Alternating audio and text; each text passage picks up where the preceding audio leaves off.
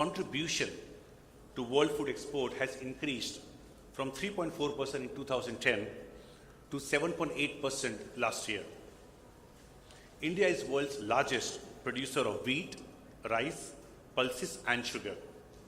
It is also a major producer of fruits, vegetable and milk. This makes India an important source of food for the world, especially in times of food shortages.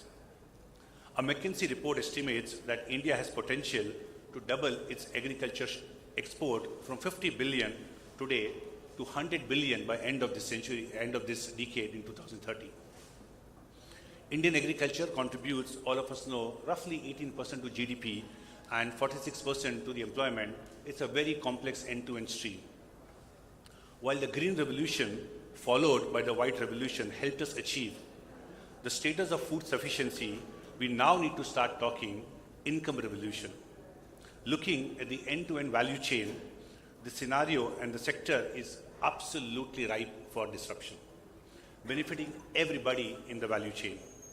Backed by regulatory support, there are three key drivers of disruption the way I see. First is the disruption of the business model end-to-end completely. We know today, like any other industry, there's a loss in value between the price paid by the end consumer and the net realization that a farmer gets. It is not unusual for the price to end consumer being 2.5 times what a farmer realizes. And this is absolutely more important for perishable commodities. Transportation and storage wastages can contribute as much as 40% of this difference. Given the significant value creation opportunity, it is only a matter of time that efficient storage and transportation are co-created to reduce food wastages, benefiting all participants in the value chain. Further, over time, domestic and export market linkages are expected to become more concentrated. The huge spurt in FPOs, with 65% of all FPOs registering in the last 3 years, is indicative of further consolidation-led disruption. Many new age startups looking to consolidate the market are also trying to disrupt this space. Digitization is the second driver of disruption. Digitalization has already impacted agriculture in India by a great deal. New initiatives like ONDC platform have emerged as an avenue for direct access to input, services and buyer. In my view, ONDC in times to come will end up playing a much larger role in this ecosystem. Further, the use of geotagging and satellite infrastructure to settle crop insurance claim better and faster, the use of digitized data in policy making, the use of electronic trading platforms are all examples of digitalization that has already landed. Unlocking farmer financing on the back of digitized transaction data is a use case which is yet to exploit its full potential, with many farmers relying today on informal means of support credit. With digitalization evolving rapidly every day, I'm excited by the emerging use cases of Internet of Things and artificial intelligence. Moving on, innovations stemming from sustainability and productivity needs are the third likely driver of the disruption. The current year has seen climate change intensify with unpredictable weather patterns and increasing occurrence of extreme weather events, reiterating that sustainability and climate change will be a key driver for future innovations. Climate resilient farming practices, better irrigation and water management systems, organic farming and soil health-based precision agriculture operations are likely to disrupt the market. Innovations driving productivity increases, like driving increased farm output per hectare of land through biotechnology, hydroponics, etc., has the potential to transform the agriculture landscape. Increased yield means the farmer can deploy their land effectively on more cash crops. Now, coming to the agenda of the next 2 days, it has been tailor-made, keeping in mind all of these priorities. The theme, Farm to Shelf Enhancing Market Linkages, looks to enable conversations and discussions around these very topics and all key stakeholders across the value chain. The Agriculture and Food Processing Committee of BCCI, led by Mr. Rajan Raje, has done an excellent job in crafting this conference. I'm very thankful to the committee members for their support and contribution. Through the year, the committee has been proactively working on engaging with FPOs farmers, agri-tech companies, startups, regulators, and government bodies, maximizing participation and therefore effectiveness of the next 2 days. I look forward to 2 days of truly enriching conversations. And now without further ado, let me hand it back to the host to take the proceedings forward. Thank you.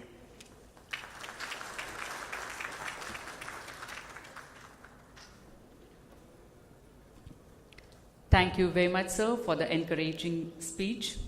Today's event is all about embracing innovations, sharing knowledge, and fostering collaborations within agricultural sector. Today we have with us Dr. Usha Barwale-Zair. She is Chairman and Executive Director of Grow Indigo Private Limited. Grow Indigo is focused on promoting sustainable agriculture, including carbon farming, for smallholders farmers in a first of its kind initiative in India. Dr. Zair is also the Chief Technology Officer and a Director on board of Mahiko Private Limited, India's pioneering hybrid seed company. She has focused on agricultural productivity, improvement and enhancing farmers' income much of her professional career. With the climate emergency that we find ourselves in now, the work that Grow Indigo is doing addresses the need for sustainability and resilience while increasing farmers' income. I invite Dr. Zair for the keynote address of this inaugural function. Dr. Usha Barwale-Zair.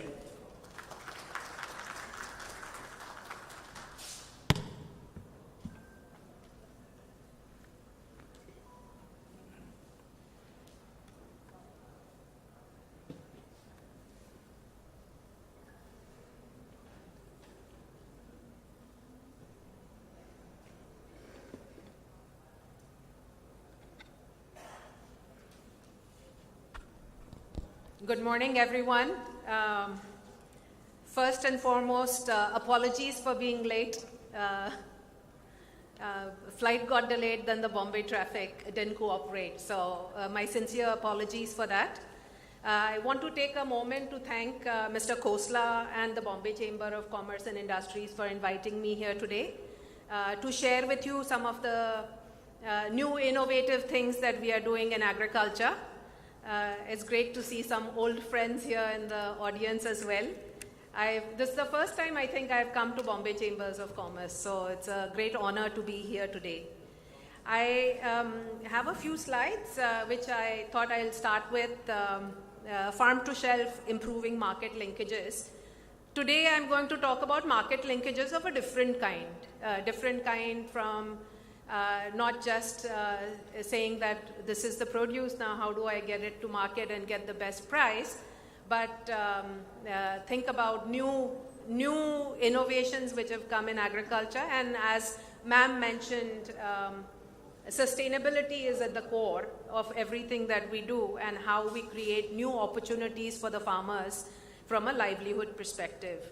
The just concluded G20, which I know everyone would have seen, and the tremendous show that India put up and the success of it. I think the slogan of G20 really speaks to the farmers. One earth, one family, one future. And the role that the farmers can play in this journey. We always, traditionally, we saw agriculture as the food security element of our journey. But really, if we think about agriculture today, it has equal importance in playing a role in our climate challenges that we face, in our environmental security and nutritional security. So I'll take a few moments to talk about these. Many of you would be also familiar with the various conversations which have been going on at the country level and globally, of course. Climate is something that we've been talking about for 20 plus years. At least that is how long I remember the first conversations around climate readiness started. And now today, we all talk about the climate emergency that we are in. Because I live near Aurangabad, and for the month of August, we had no rainfall in the monsoon.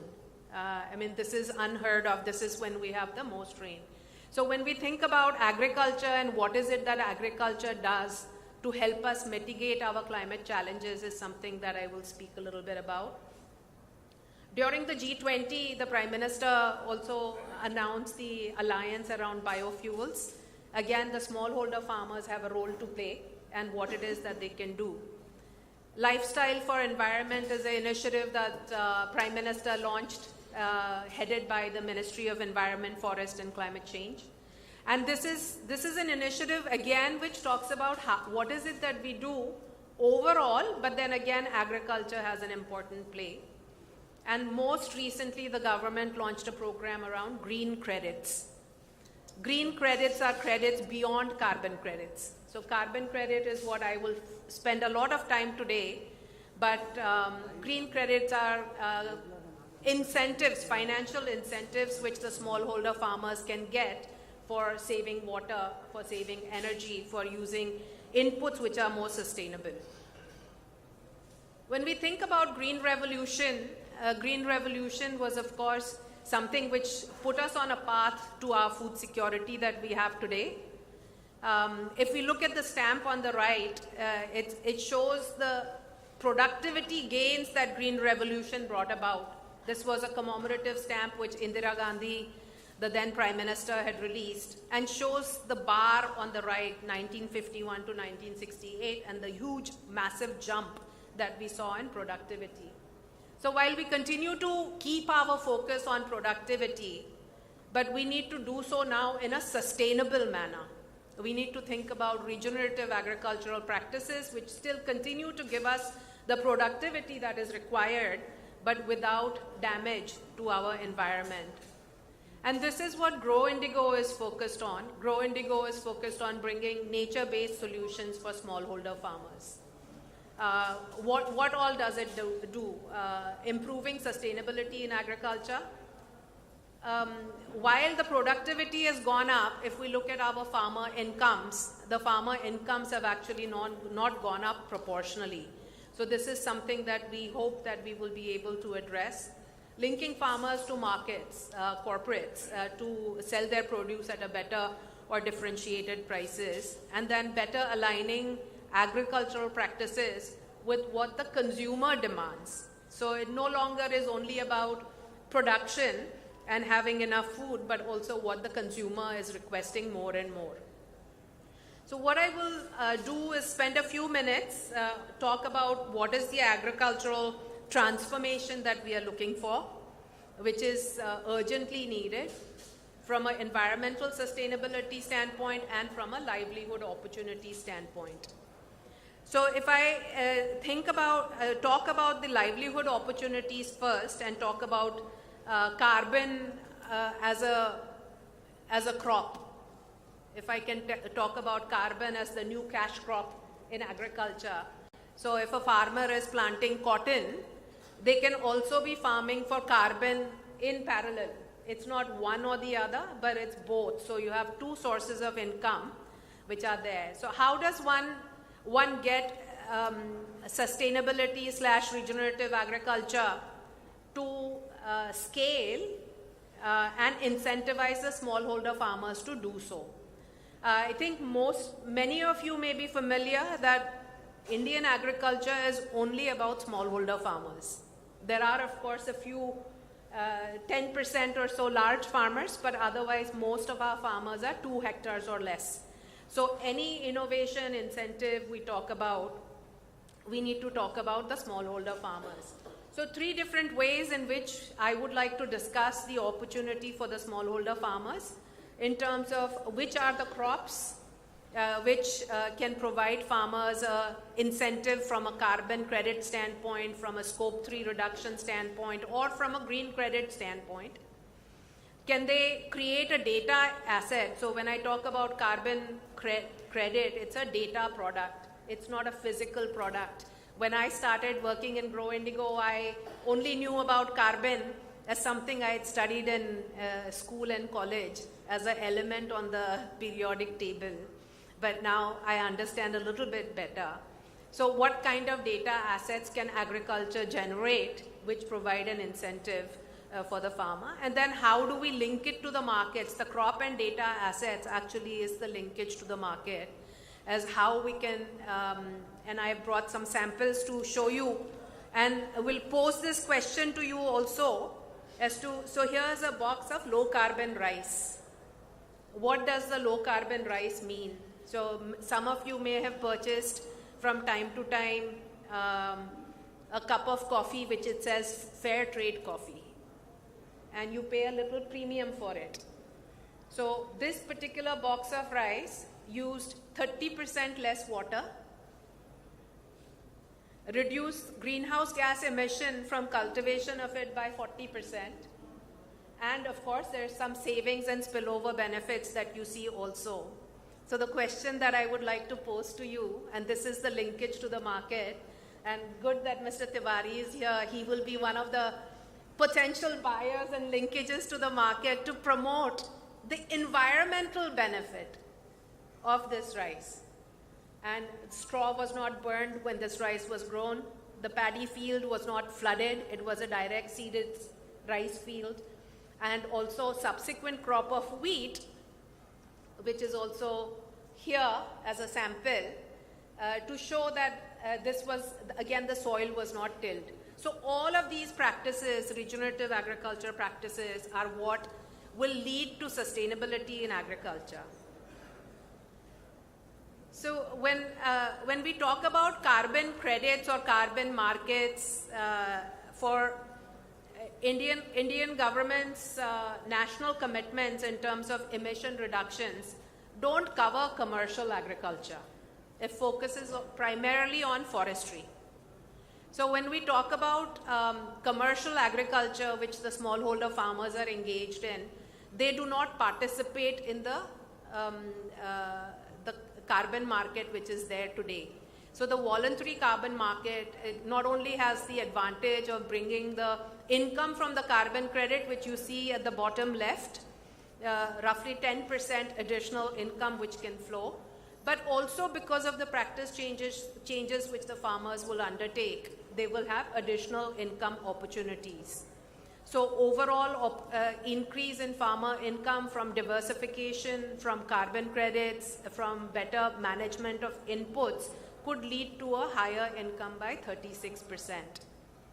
But the bigger advantage to me in some ways is also the spillover benefits that you see. So if you look at the rice growing season, and if you think about transplanted rice, I don't know how many of you have seen farmers planting rice seedlings in a flooded field.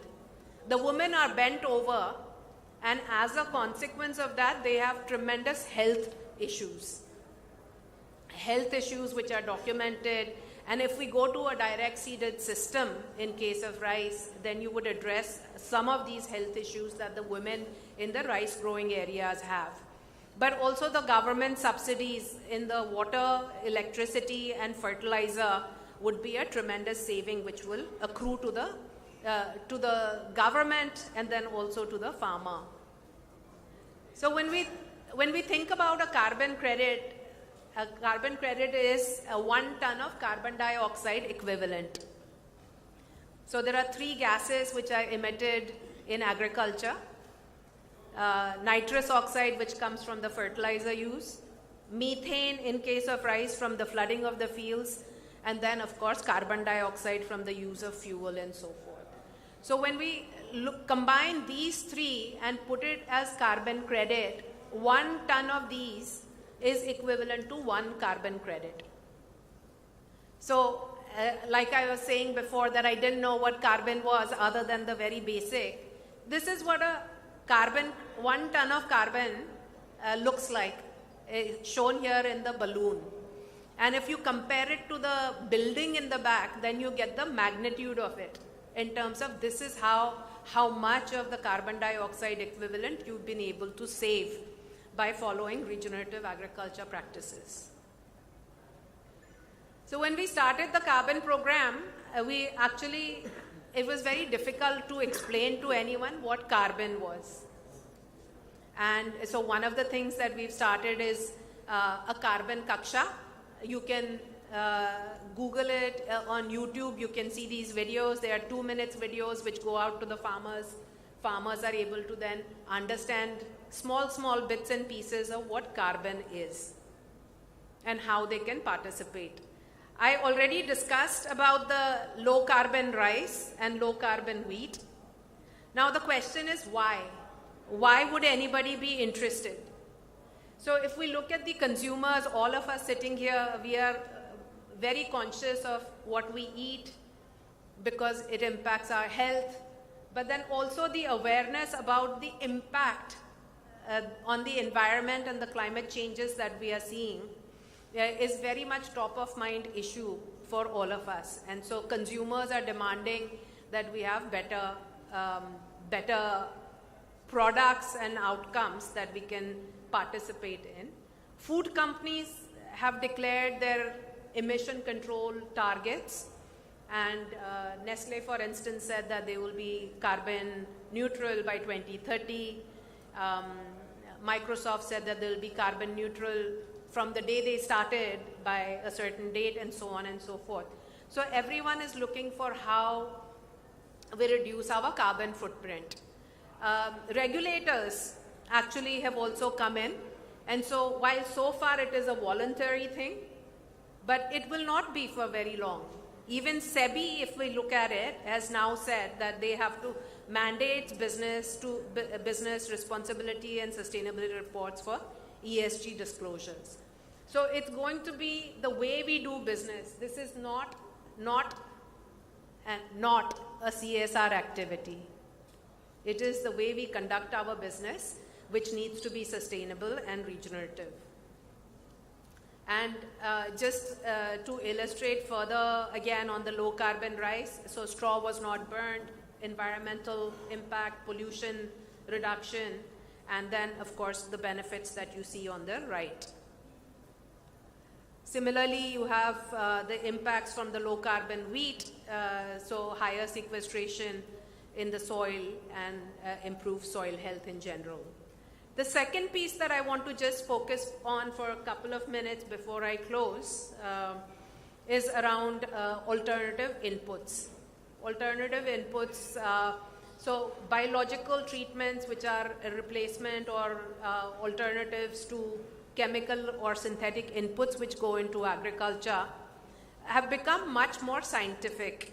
Again, when I think back 15 years ago, biologicals meant you had some concoction of nitrogen fixing bacteria, but the quality was not there, the product offering was not there, and this was really the need of the hour.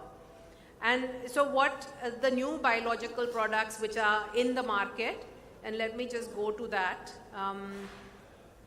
offer a full range of alternatives to chemicals which can go into agriculture.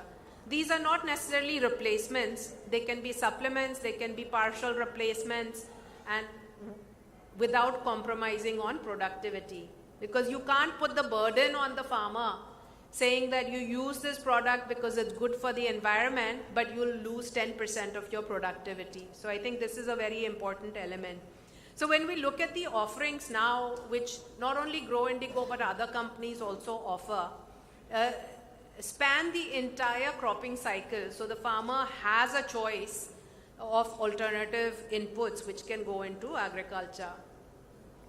So my last slide, many times we talk about agriculture being a problem, is a polluter, does this, water use, etc. So I think what I want to leave behind with you today is that the smallholder farmers actually are a solution. They are the only solution which is immediate, which is scalable, and it is cost effective. So how do you do it? Regenerative agricultural practices which bring value to the smallholder farmer, incentivizes them financially, and these opportunities and the programs which the government has announced also I want to make sure that the smallholder farmers are not left out from that opportunity. So I'll stop there, and I once again thank all of you and Bombay Chamber of Commerce and Industries for the kind invitation to be here, and once again apologies for being late. Thank you very much.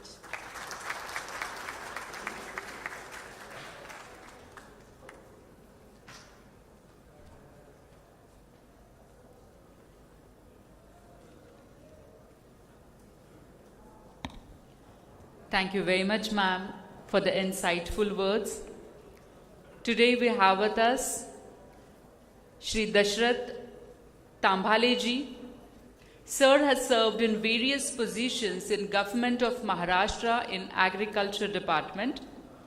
He was Deputy Director Horticulture, Agriculture Development Officer, Divisional Soil Conservation Officer, Deputy Director Agriculture, State Coordinator, General Manager MSAMB, Joint Director Agriculture, and many more. Currently he is working as Director Agriculture, ATMA, Commissionerate of Agriculture, Head, PIU Agriculture Smart Project. This SMART project is State of Maharashtra's agribusiness and rural transformation. He is recipient of various awards from Government of Maharashtra and central government. Just to name one, he is recipient of Prime Minister's Award for Excellence in Public Administration, Government of India. We are pleased to have you, sir, on this inaugural function. I request you to address the gathering.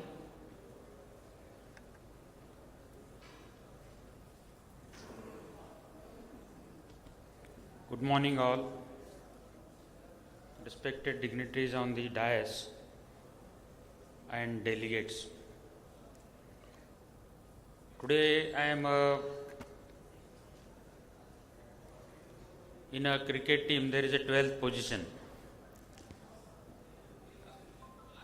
This event was supposed to be inaugurated by Honorable Minister Agriculture, and he could not make it out because of some difficulties he has, and I have been told to be as a 12th batsman to be a third batsman.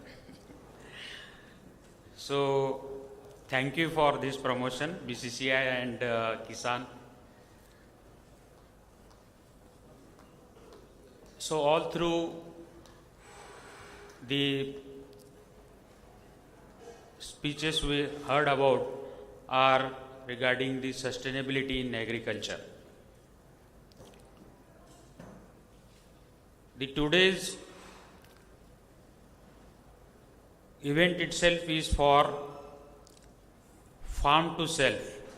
Many a times we talk about farm to fork, but this is at least we discuss about farm to self.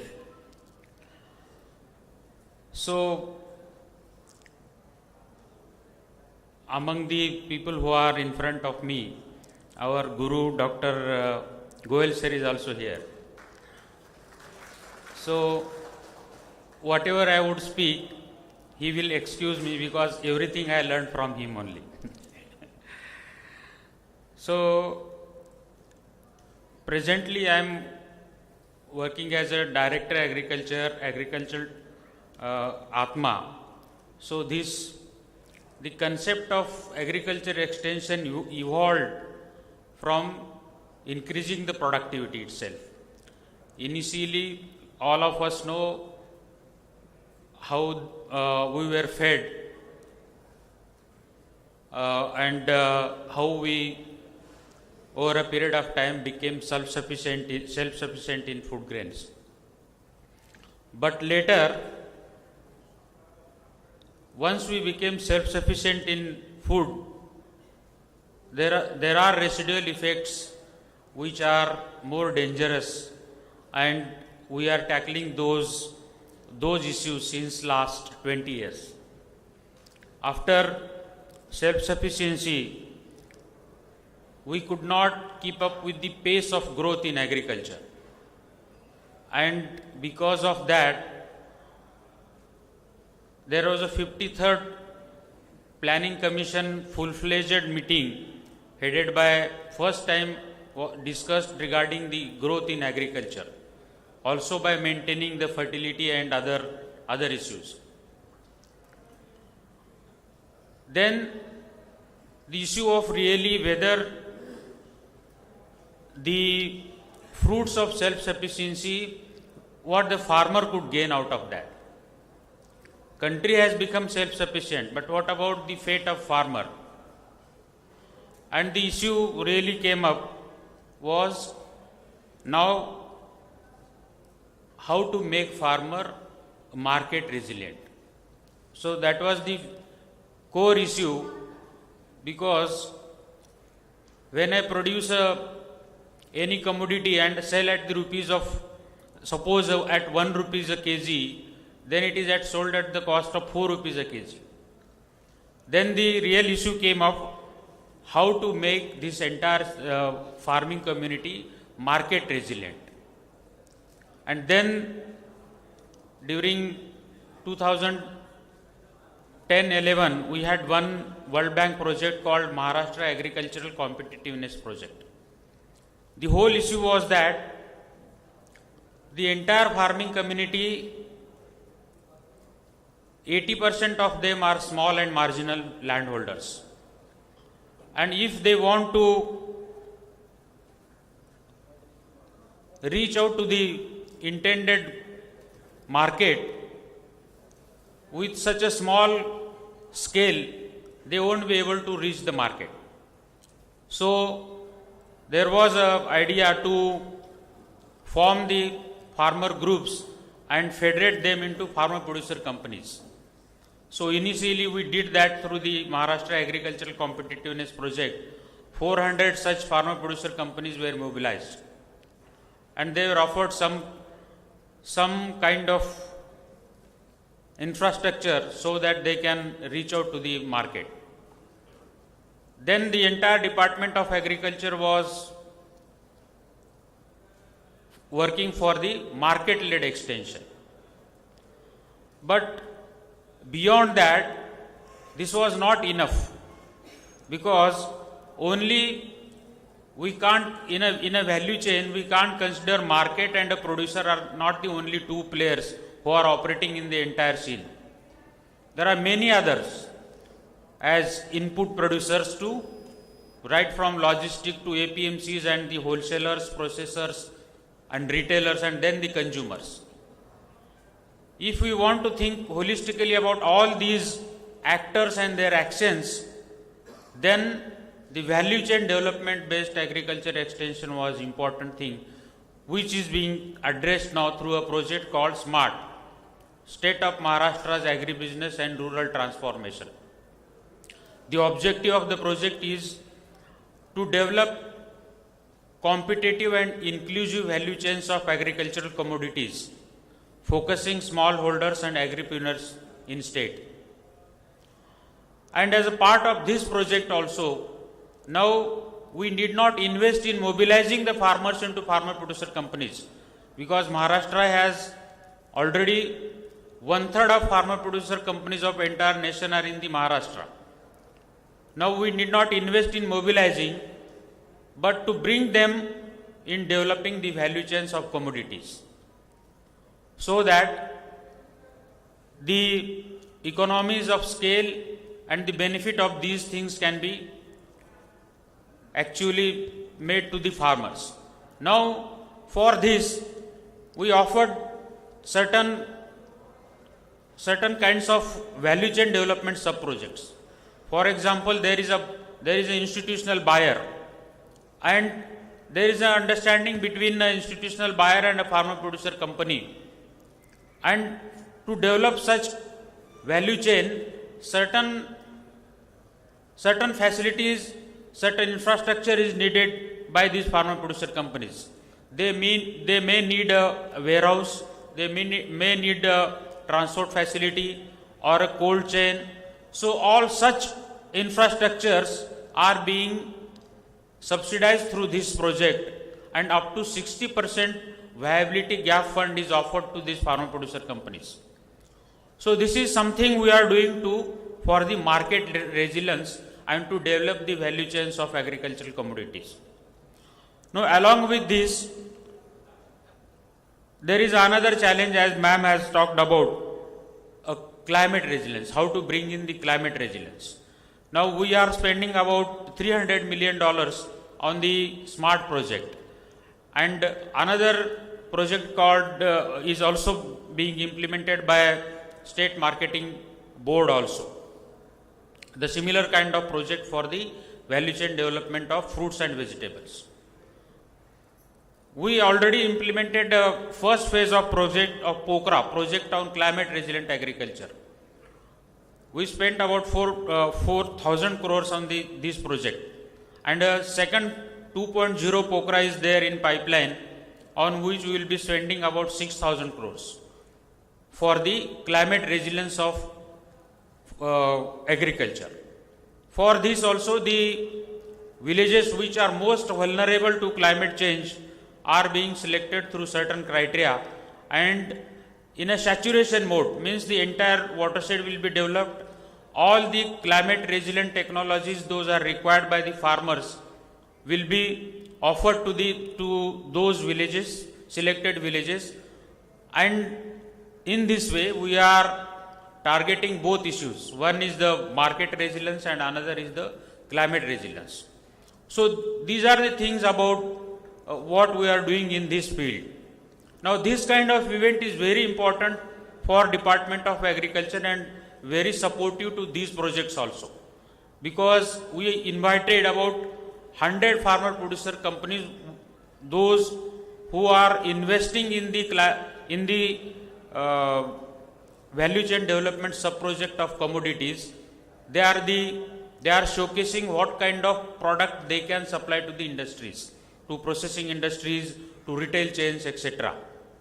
And they are also, I won't say the beneficiaries, but we offered them a viability gap fund to issue this issue by means of subsidy up to 60%. It's a VGF up to 60%, and to make their small project viable. So all such 100 farmer producer companies are participating in this event, and there would be a kind of buyer-seller meet. The industries who are actually end-user industries who require the agricultural products, they would discuss with these farmer producer companies and formally would sign the kind of MOU regarding the quantities and qualities they would require for their industries, and they need to procure from these farmer producer companies. From that point of time, this is the most important event for Agriculture Department and the initiatives taken by the Department of Agriculture, Government of Maharashtra. So for this, I lastly thank BCCI and the Kisan for inviting Department of Agriculture in this event, and to make this event very fruitful for these farmer producer companies. Thank you very much.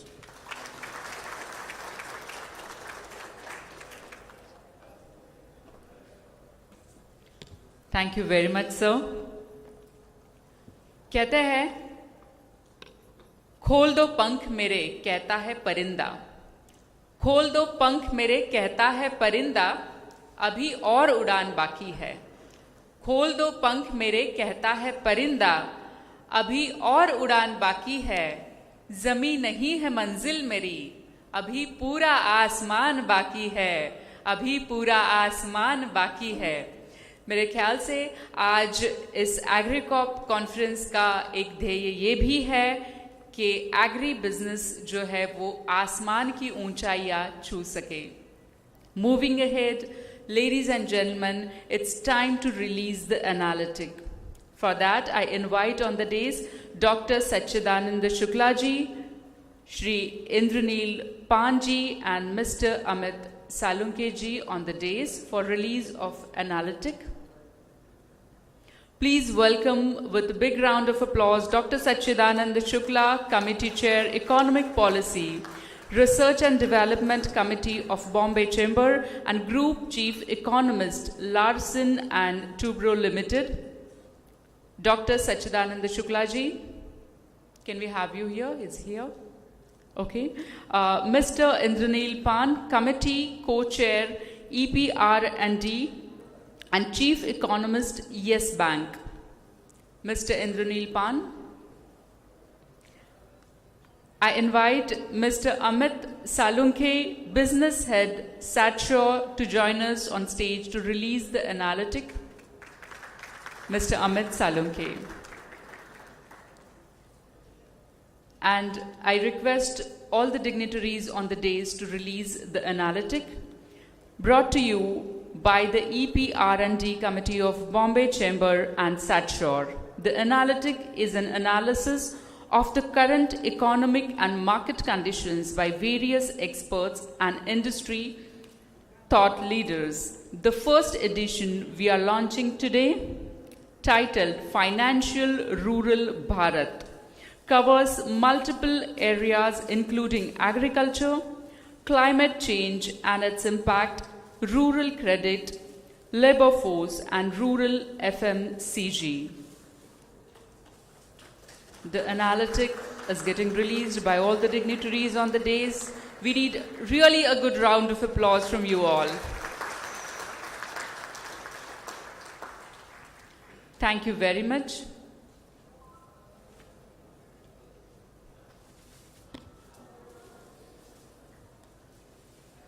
उद्घाटन समारोह के समापन की ओर हम जा रहे हैं. And it's the time for vote of thanks.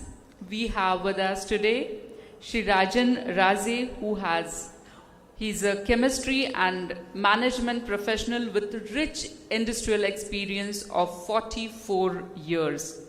He became an entrepreneur in 1995 by establishing a partnership firm, Advanced Agrotech, to work on post-harvest fresh produce preservation solutions. He grew the product portfolio with unique chemical solutions. Advanced Agrotech was renamed to Nichem Solutions in 2014 and was led by him along with his partners, Professor V.C. Malche and Aniket Malche. Nichem stands for Niche Chemicals. Apart from heading Nichem, he is on board of directors of Bombay Chamber of Commerce and Industry. I request him to propose a vote of thanks of this inaugural function. Shri Rajan Raze.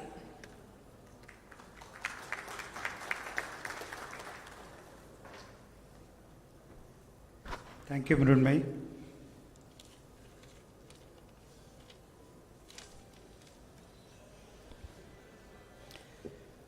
I am indeed honored to perform the pleasant task of proposing vote of thanks at 14th AgriCorp Conference 2023, Farm to Shelf, Enhancing Market Linkages. On behalf of Bombay Chamber of Commerce and myself, I extend sincere thanks to Sri Dashrath Ambale, Agriculture Commissioner, Smart Project, for having made it convenient to grace this occasion today. As he said, though he is a replacement batsman, I think he did a wonderful job in making us aware, especially the farm community, aware about the initiatives what the government of Maharashtra is doing in taking the farm activity forward and making it modern. Thank you, sir, for the insightful address to our participants and the words of encouragement to the chamber.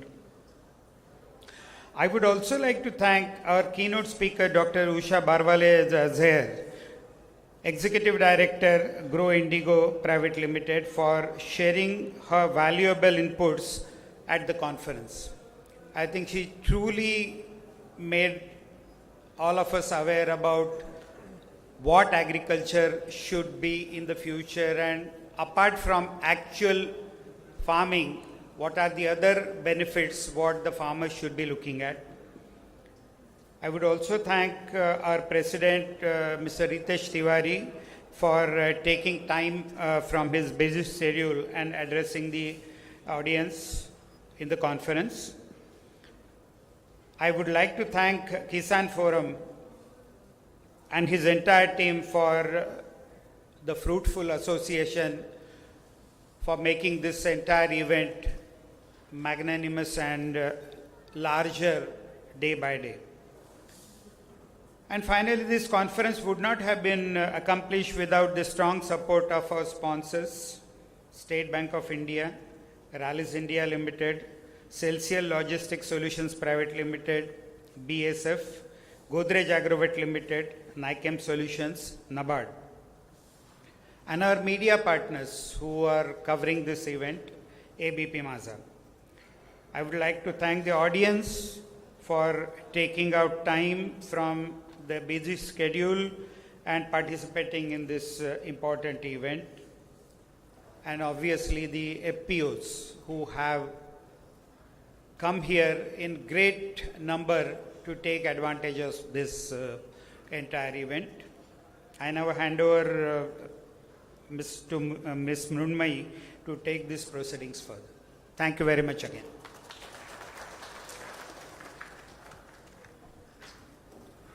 Thank you very much, sir. Thank you very much, everyone on the dais. I request you all to please kindly take seats in the auditorium. Before that, we'll have a nice photograph. And we will be starting the first session immediately. The first session is Retail Dynamics. So let's embark on this journey of discovery and innovations together. Get ready to be inspired and empowered with knowledge that can transform the way we approach agriculture. So we are beginning with the session 1, Retail Dynamics. I invite moderator of this session, Mr. Yogesh Mohite, Crop Lead Horticulture and Plantations, India, Bangladesh, Sri Lanka, Bayer Crop Science Limited. Please welcome him with a big round of applause, Shri Yogesh Mohite. And as a panelist, I invite Mr. Azhar Tambuwala, Director, Sahyadri Farmers Producer Company Limited, Shri Azhar Tambuwala. Please welcome him with a great round of applause. I also invite the speaker, Ms. Ansu Archana, Procurement Director, Beauty and Wellbeing and Collaborative Manufacturing, South Asia, Hindustan Unilever Limited and Unilever South Asia. Ms. Ansu Archana. I invite Dr. Dinesh Chauhan, Vice President, Projects and Partnership, The Heart. Dr. Dinesh Chauhan. And I invite Mr. N.K. Rajavelu, CEO, Crop Protection Business, Godrej Agrovet Limited. Mr. N.K. Rajavelu. Thank you everyone for being here. Again, a big round of applause for all of them, and we are starting our first session of the day, Retail Dynamics. I hand over the session to the moderator, Mr. Yogesh Mohite. Thank you.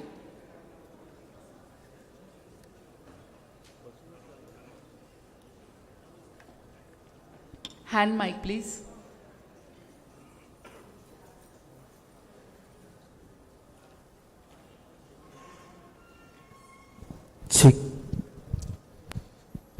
Good morning, ladies and gentlemen, and welcome to the first technical session for today. And it's a pleasure to talk about one of the important topic, that is retail dynamics. Particularly, we'll be focusing upon the market linkages.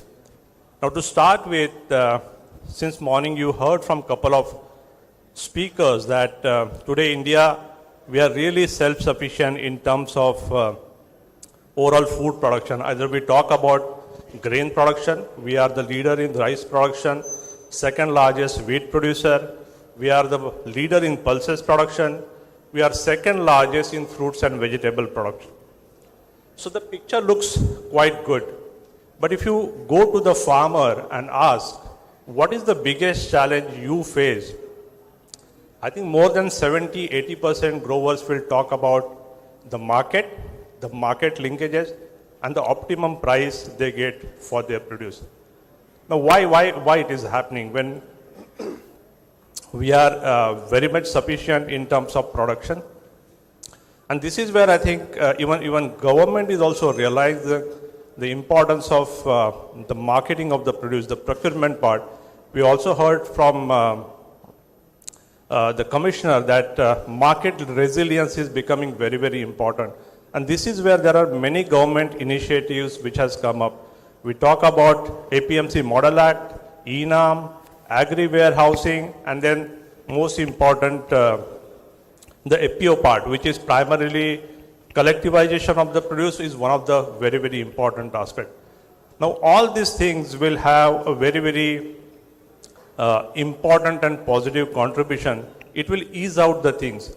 But I think to see the real transformation in terms of the market linkages, what is important is that everyone comes together. And when I say everyone, government is taking its part, but more importantly, going ahead, I think the private industry, the agri-tech players, these are something, the farmer itself, everyone has to work together.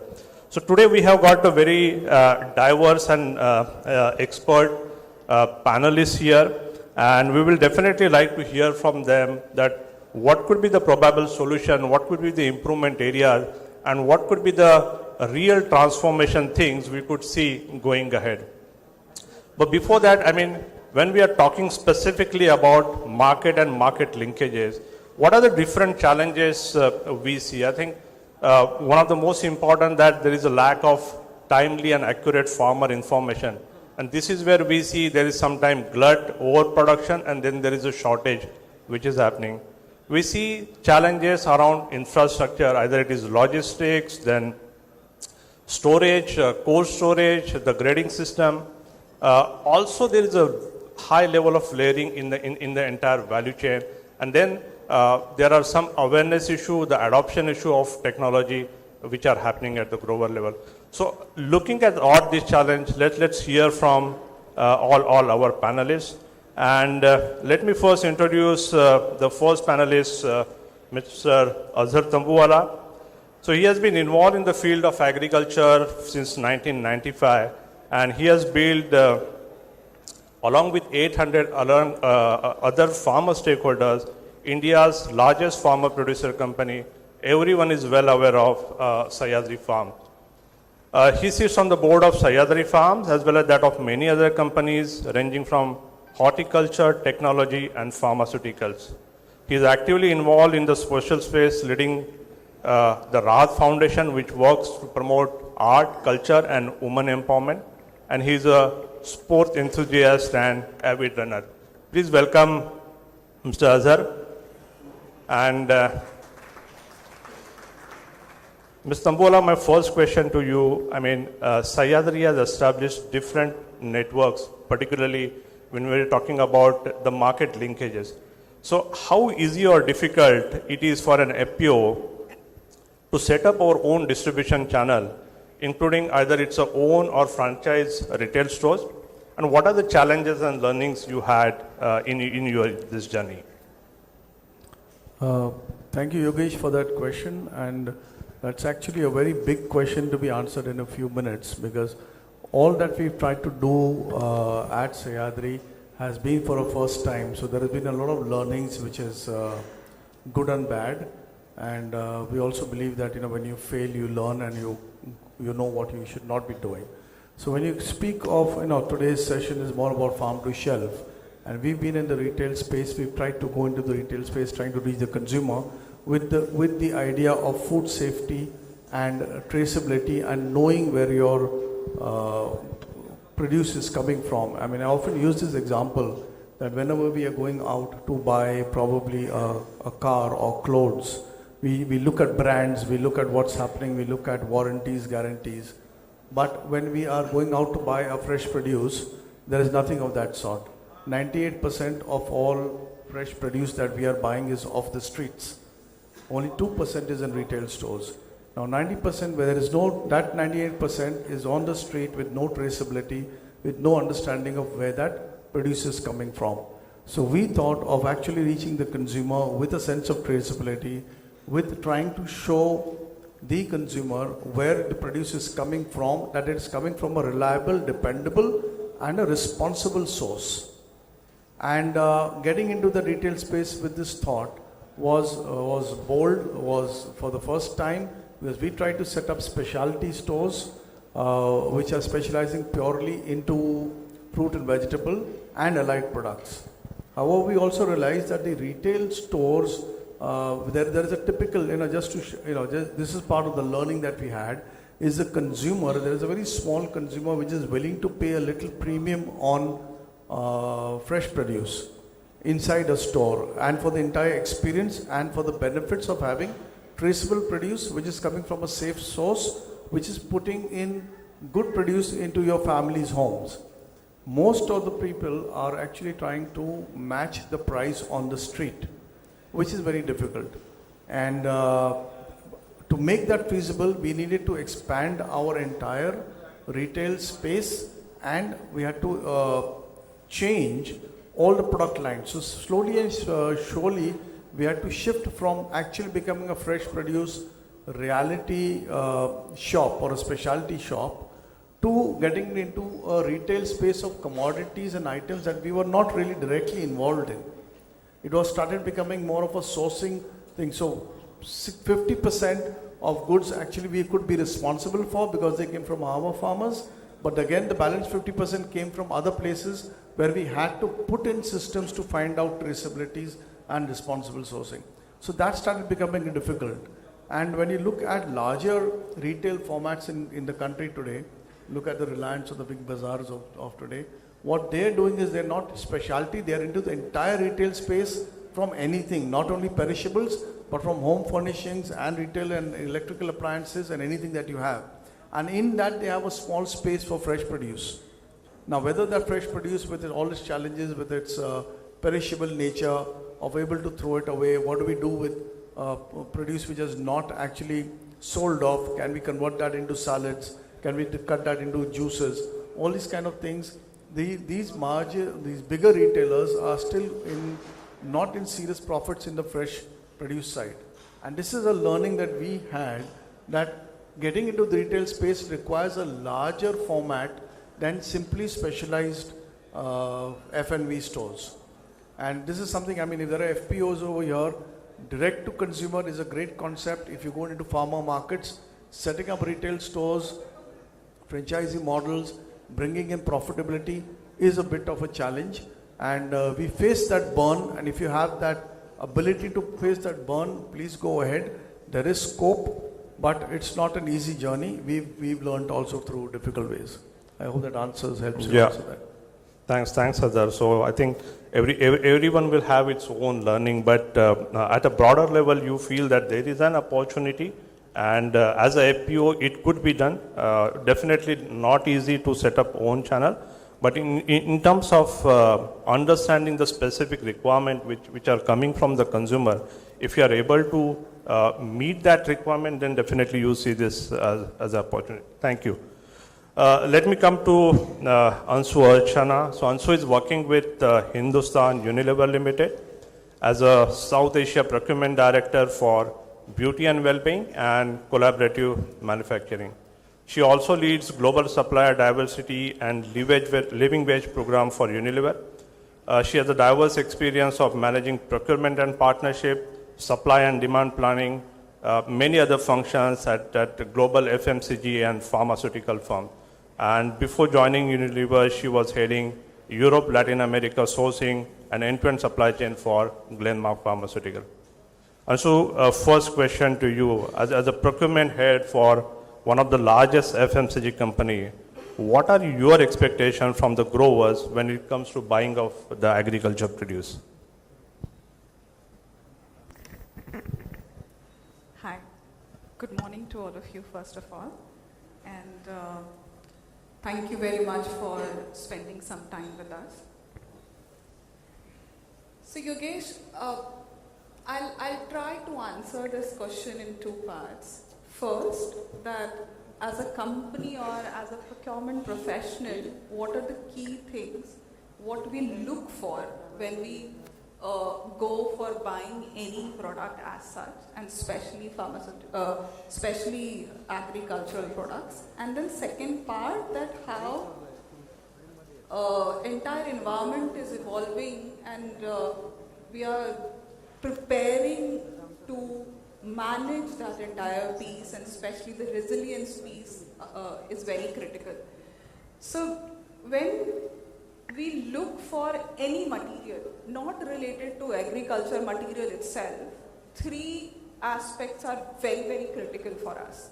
One, that quality of the product is right or not, and that product can take care of my consumer expectation. So whenever any material we go and buy, we always look for our consumer, that what exactly our consumer is asking for. Second is the quality. After quality, we also looked at the volume what we are buying, that volume itself suffices our requirement or not.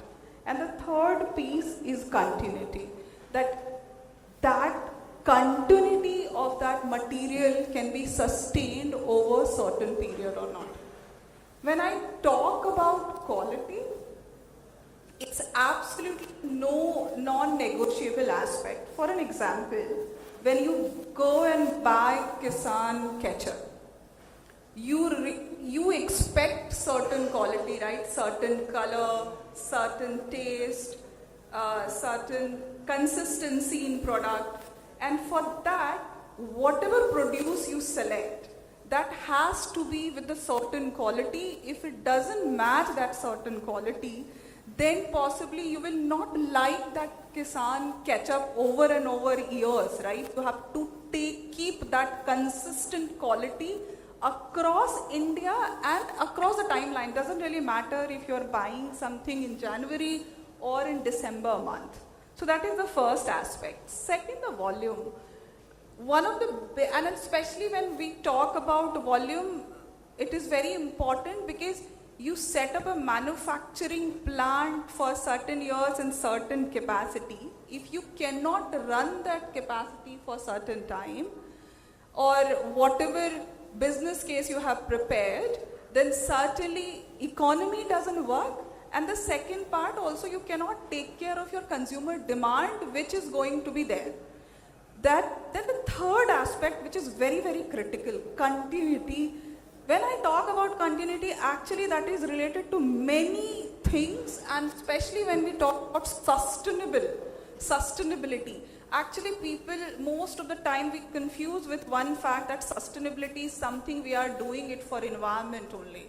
Actually, sustainability is done to survive, and environment is one factor in this entire value chain.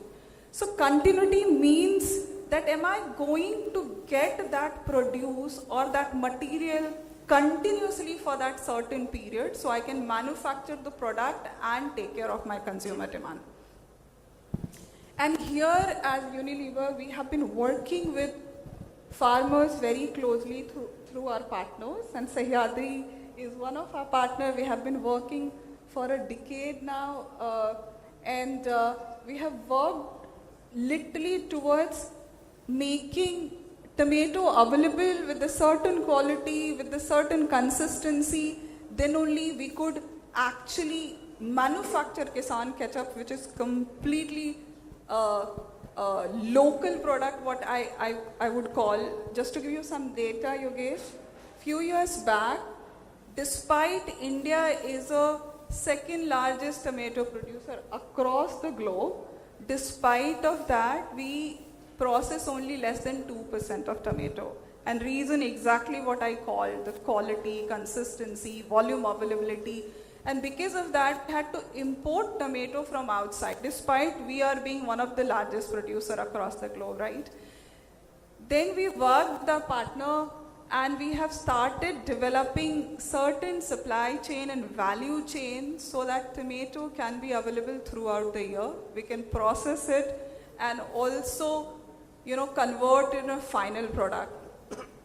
And of course, we have a very, very strong core towards sustainability.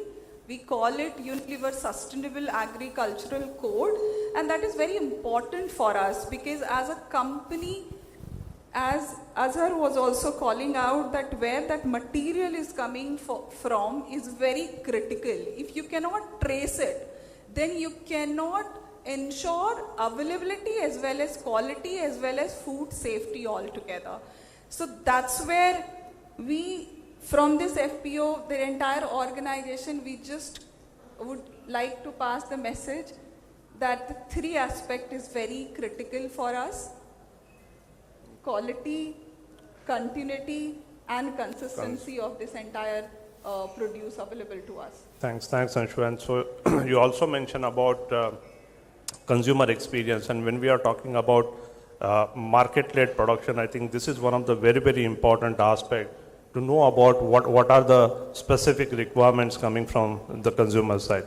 Thanks for this insight. Let me to come to Dr. Dinesh Shravan. So Dr. Dinesh is the Vice President of Products and Partnership at Dehat.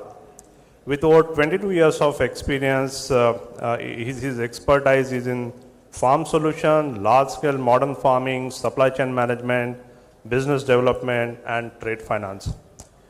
He has also worked with companies such as Reliance Retail, Cargill Foods, Mahindra & Mahindra, and Godrej Agrovet. Dr. Shravan is also a member of many advisory boards. Some of them are Tata Institute of Social Science, Lovely Professional University, Africa Agribusiness Alliance, and many others. So welcome, Dr. Shravan. And the question to you is that you are working with a agri startup company. So what role agri startups and technology can play when it comes to the market linkage specifically? Thank you, Yogesh, for such a wonderful introduction. And I would like to thank Bombay Chamber of Commerce for inviting me here and in this conference and giving me an opportunity to share about my views and what Dehat is all about. So coming to your question about what is the role of startup play in market linkages. So I would like to state here that whatever my earlier speakers have mentioned just now, like Anshu and Azhar, I think that all the three critical points which you have mentioned here, agri-tech startups are trying to address those issues, and probably they play a very critical role in solving some of these complex issues of value chain to connect the growers to the market. For example, if I talk about startup like Dehat, how they are doing it is currently we have got more than 400 plus modern retail and organized trade on our platform, processors on our platform. With the help of them, we are trying to connect more than 20 lakh farmers to these marketplaces. We are already working with more than 750 odd FPOs across 12 states and 160 districts in India. Just to give you a very small example, what we have done in last season was if you talk about a commodity like maize and state like Bihar, so we procured almost 10% of the total production of the state. Right? So for a startup, it's a huge number in terms of procurement. Some of the other challenges which agri startup can address as far as farmers are concerned is that how faster the transaction can happen and how the payment can be released. So probably here what we do is that we reduce the time period on which the payment is made, somewhere less than 72 hours or 48 hours exactly. So most of the cases it happens within 24 hours the payment gets transferred to the farmers, and this is a very big thing for any grower, because in a typical trade normally they get the payment at not less than within a month. right? Then the capacity building of these growers, and we are also all these agri startups are trying to reduce the losses in the value chain, right? So by bringing awareness, capacity building, improving efficiency of supply chains, these are some of the areas. Obviously, yes, traceability. So with the help of technology, we are trying to bring in blockchain technology and other technologies to have end-to-end traceability of the produce. With the increased level of consumer awareness, most of us would like to know that from which field the crop is coming to their table, and what are the package of practices which have been adopted. So probably here the tech plays a very critical role, like even for all the agri-input companies, when we talk about like global good agriculture practices or maybe even organic. So if you can record the operations on the ground level, which is very important to actually validate whether the sustainability angle is being taken care of or not. So these are some of the areas where agri startups play a critical role. Yeah. Thank you. And Dr. Sawan, just one data point, we heard that last 5 to 6 years, almost $4.5 billion dollar kind of investment has happened in the agtech space, and within that almost 70% is towards the market linkages agri-startup. So do you, very short answer, do you really believe that maybe next 5 years or 10 years we see a real transformation around market linkages? Yeah, yes. You see, market linkage is very important. Like when in the last 2 decades, I've been working closely with the farmers, and the very key challenge or issue, अगर किसान को हम जाके पूछते हैं कि आपका problem क्या है, so I haven't come across a farmer who says कि मेरा yield बहुत ज़्यादा होना चाहिए. वो सबसे पहला उसका सवाल होता है कि अगर मैं उगा भी लूँगा तो आप मुझे इसको कहाँ पे बेचने लेके जाऊँगा, ठीक है. So if you have got a market for them, I think they are ready to adopt whatever technology you want to give it to them. They are open to adopt technologies, they are open to invest, they are open to use better technologies, whether it is agri input or other things. But the bigger question lies that are we able to provide them the market, right? The one very critical issue, like which Anshu mentioned about like availability of the produce across the year, right? So as you rightly mentioned that almost less than 2% of the tomatoes are being consumed in processing industry. We have seen that in last couple of months, like how the prices have gone up and why it happened. So last year and every alternate years we see this happening, farmers throwing tomatoes on the roads, and then there is a glut in southern part of India and there is shortage in the northern part of India. So why this happens? Like probably technology can play a very critical role. We can map the calendar, we can see how the availability is moving, what are the areas which have been where we are sowing which crop. So probably I think the recent framework which Government of India is developing, this will all help in decision making processes, and probably we will be better able to map which crop to be grown at which part of the country and where is the availability and what is the quantity and what is the quality of it, right? Thank you, Dr. Shravan. So let me now come to the next panelist, Mr. N.K. Rajavelu.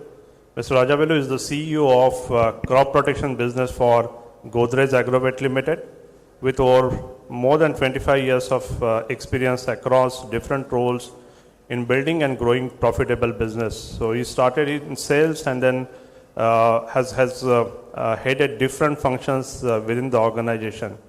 And during his stint around 2 decades at Dow AgroScience, he spearheaded both domestic as well as international business for the company.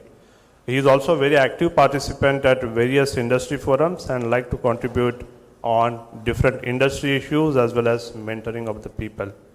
Welcome, Dr. Rajavelu. And my question is overall input, not only the crop protection, but seeds, fertilizer, as well as agrochemical play an important role in the overall production.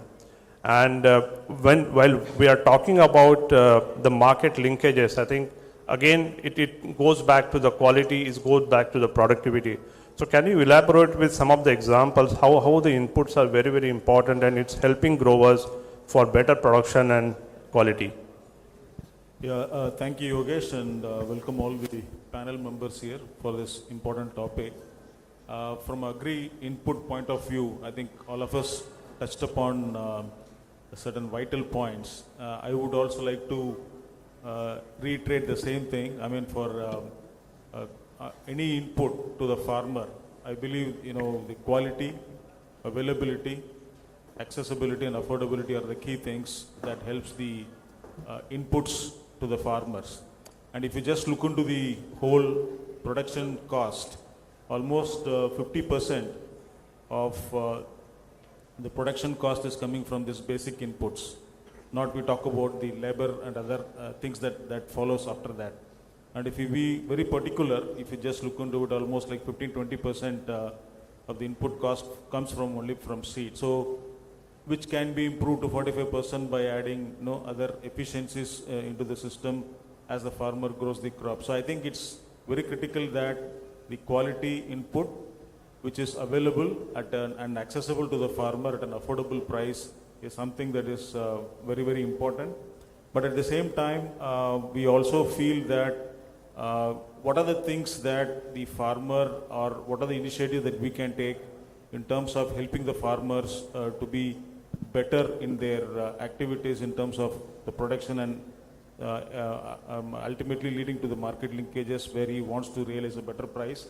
One of the things that we also from a grow input firm point of view is to always look into the capacity building of the farmers. What do we mean by that is we educate the farmers in terms of identifying the right products, the right inputs, and help them the basic informations and how it actually impacts their production as they go forward. So one of the things that we should look at in terms of helping the farmers is to identify the quality inputs right from the beginning. That's something we as agri input firms also do that. And second thing is obviously people talked about the traceability. Obviously the traceability of inputs is also very critical. We need to educate the farmer. The farmer should know from where this product is coming from, what is this product is all about. And such basic informations can be made available through a simple QR code facilities where the farmers can by himself get assured by scanning the code and understanding the nature of the product and what product he is going to use, and thereby we are helping him to ask the right questions and also asking him to use the right inputs into his production, into his farming. Also, I think the better vigilance from a regulatory point of view. I'm sure that this market is a very attractive market and farmers should get the right inputs, and probably there are some opportunities for others to give a substandard input, and that's where the vigilance in terms of getting those products out of the market and only giving the quality inputs to the market needs a better control, which I think the government is taking a lot of efforts, and we are also actively participating with the government in terms of helping them identify the right products and giving the right information to the farmers. Last but not the least, I think the FPOs is a great concept. Mr. Azhar is also here. The small farmers, with the unite together, the scale of economies is going to be much, much bigger than what we think, and that's something we should all foster those changes. FPOs is a great example which can really change the landscape of the farming and directly help the farmers to have inputs as well as the market linkages, which we from agri input point of view are also actively working towards that. So these are my initial thoughts on the first question that you asked. Yeah, thank you, Mr. Rajavelu. And as an industry colleague, I fully echo with you. It's not only about the quality inputs, but I think particularly private industry in the crop production is playing a very, very significant role when it comes to the capacity building at the grower level. So thanks for that input. Let me again come back to Mr. Azhar. And Azhar, when we talk about the domestic market, having a strong export orientation brings many benefit in stabilizing the domestic market. Now, grape is one such very good example, but how important overall export when it comes to agri commodity? And the second question to that is that why we do not have any other success story like grape when we talk about, let's say, fruits or vegetable exports? So first question is about importance of export for stabilizing the domestic market. And second is, I mean, like grape, why we don't have many other success stories for other fruits or vegetables? Thank you again for that, Yogesh. Very quickly, I just like to say, how do you, I wouldn't agree with that statement really to say that it will stabilize. How does export stabilize the domestic market? However, just to give you an example, we are a company, I mean, usually companies actually begin in their home market and then they go out for export. We are a company which worked in the reverse. We went out and learned things, we exported. Once upon a time, 100% of our turnover was export. Today it is probably about 60-70% of the turnover is export. We've gone from outside and come inside. But to give a reflection on your question is, how does it stabilize? What we've done is we've taken a lot of learning from international markets. We've traveled extensively, learned what is different from India, what are the commonalities, what can be brought to India with regard to technology, with regard to markets, with regard to product, with regard to branding. How do you manage, how are they managing, how are we managing, what are our inherent challenges which are extremely different from their challenges, and bring some commonality and bring those learnings into India. So I think that would be a better answer to your question as when you say how does it stabilize. I think going out learning, and in fact what I have done for many years is actually taken growers from India, a batch of growers every year to different parts of the world. And what the reason is that they have got an understanding of agriculture. They're sitting here in their villages with an idea of, you know, whether the Western culture is different from the Indian Sanskriti, and we've got what it is, and we understand everything, and those guys are the bad guys or they're not the good guys, you know. You've got an image about the US and the Western social morals and stuff like that. But when you put them on a plane and you take them there and you tell them, all right, all said and done, you may be the best in the world, but why are they ahead of you then? And try to put that seed of thought into their mind. And when they come back and then they see there are women managers over there are farm managers, and how are they managing with their challenges, and how they can be progressive, how we need to change our outlook to do that. Now that entire experience helps them bring back to their villages, to their homes, a new, how do I put it, a new wave, which enthuses them to go out and do something more and more different, you know. So you're actually putting them, instead of coming and giving them a lot of gyan and telling them this is what the way it should be, put them out there and go there. So, you know, so moving away from that question actually which says how does export stabilize, I think there was a lot of export learnings from there which we have used to stabilize a lot of the domestic part. Now, my point was primarily price stabilization point of view, not the demand stabilization. That I will, it will be part of your second question. How do we stabilize? Not from a market stability point of view, because India, very fortunately, has got a fantastic, huge home market. And that home market is enough for any grower to sell the produce, even maybe at a lower price, but he still can sell the produce 99% of the time. So the export markets typically are only lucrative if they give you a good price, and oftentimes we have seen that the Indian domestic market is giving you a better price than the export markets. And in fact, from a processing point of view, a lot of countries are focused on growing for processing, and India is not. Like Anshu also mentioned, that only 2% is actually processed, right? And because we are not a processing country, because we've got a huge home market, a domestic market which gives you a fair price, and processing is only looked after as a last option. So market stability actually, export markets are not really important for that. And coming back to your second question, why there is no other product line which is as good as the grape? Again, I come back to the fact that, okay, we've got a huge domestic market over here. 95% of grapes grown in India, because that's the example he took, 95% of grapes grown in India is sold domestically. When you look at other grape growing countries in the world, probably 80-90% is exported because they don't have a home market. there is a need for them to export. If they don't export, it's going to perish. They're going to have to let it fall out into their vineyards. So they are forced to export, and therefore you have South Africa and Egypt and South American countries and even the US forced to export. India has got this huge benefit of having 90-95% of grapes grown in the country, sold in the country. And therefore we, again coming to your price question, is we are always matching our export price to our domestic price. Now there's a slight difference here.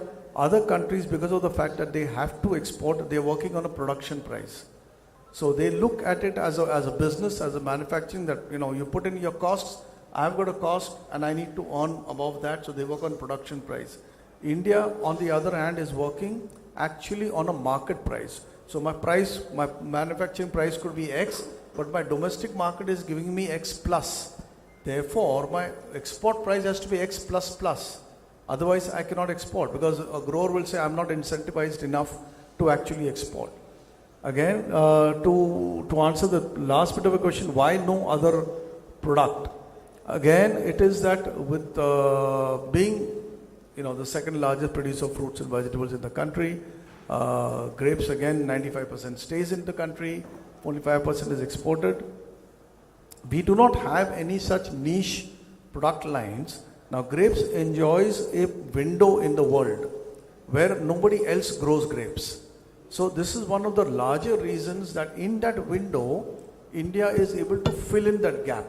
So that becomes a very prominent and important aspect for India's demand and the industry. Because of this particular demand, the industry has matured in many, many ways with regard to quality, quantity, consistency, regular supply, the whole gamut that is required for an entire industry to move up.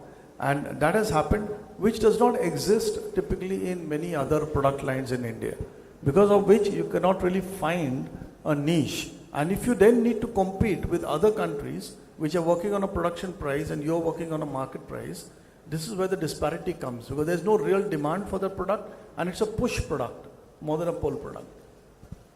Yeah. Thanks, Azhar. So I think a very, very important point you highlighted, that the industry has not matured maybe for other crops, but particularly in case of grapes, there were certain setbacks which happened due to export rejection, and then everyone awakened. It was well supported by the growers, it was well supported by the institute like NRCG, it was well supported by agriculture. Maybe in the years to come, we see pomegranate and banana could lead the way when it comes to the export. Thanks, Azhar, for that thoughts. Let me come to Anshu again. Anshu, you have worked with the pharmaceutical industry for a long time. Are there any strong learnings or practices from the pharma industry which we can suggest or adopt for the agriculture industry? Thank you, Yogesh, for asking this question.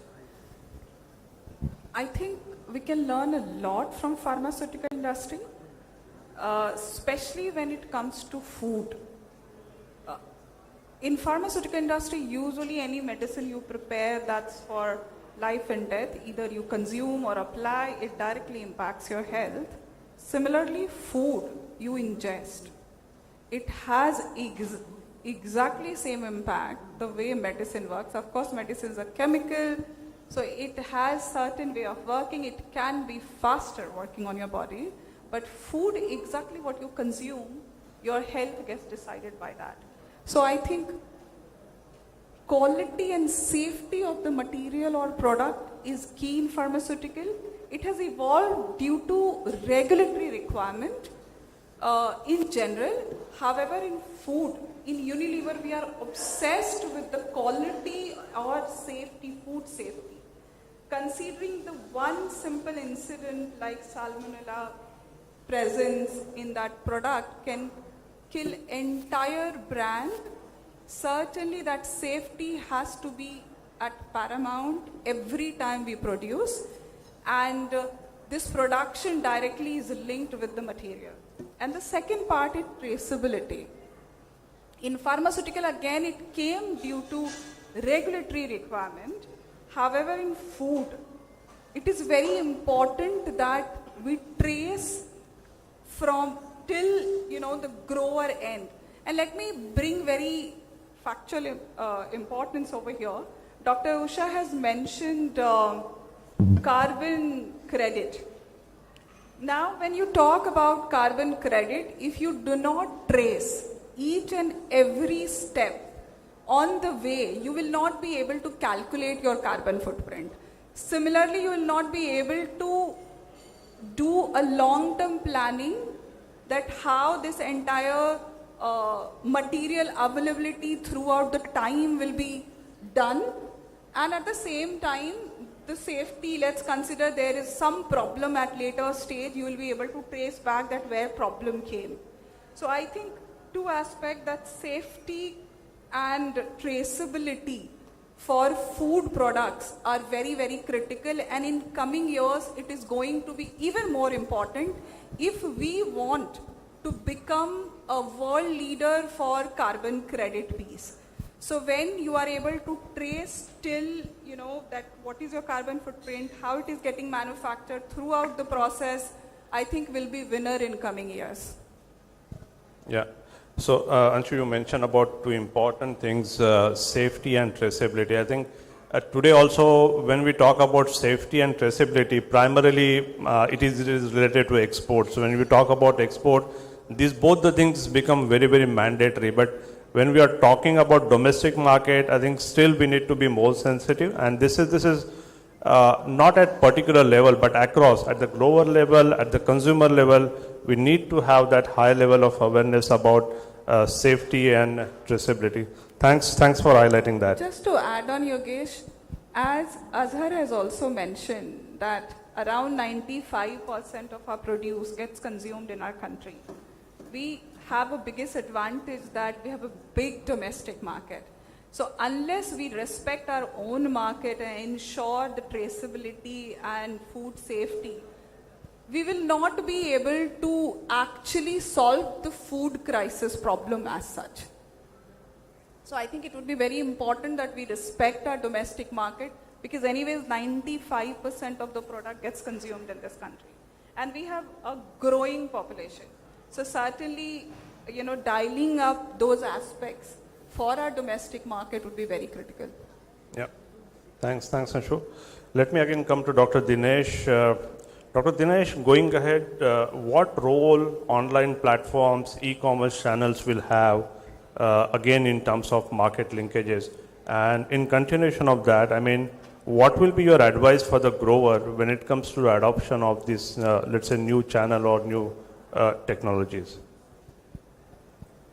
So, if we talk about like what role e-commerce will play in coming days, right? So, if we talk about 10 years back, like probably very few people might be using e-commerce platform here in India, including me. But today, most of the things we do transact digitally, and we prefer to go to online platform. And even if we go and do something physical shopping, still we will check there also that what are the price availability on e-commerce platform.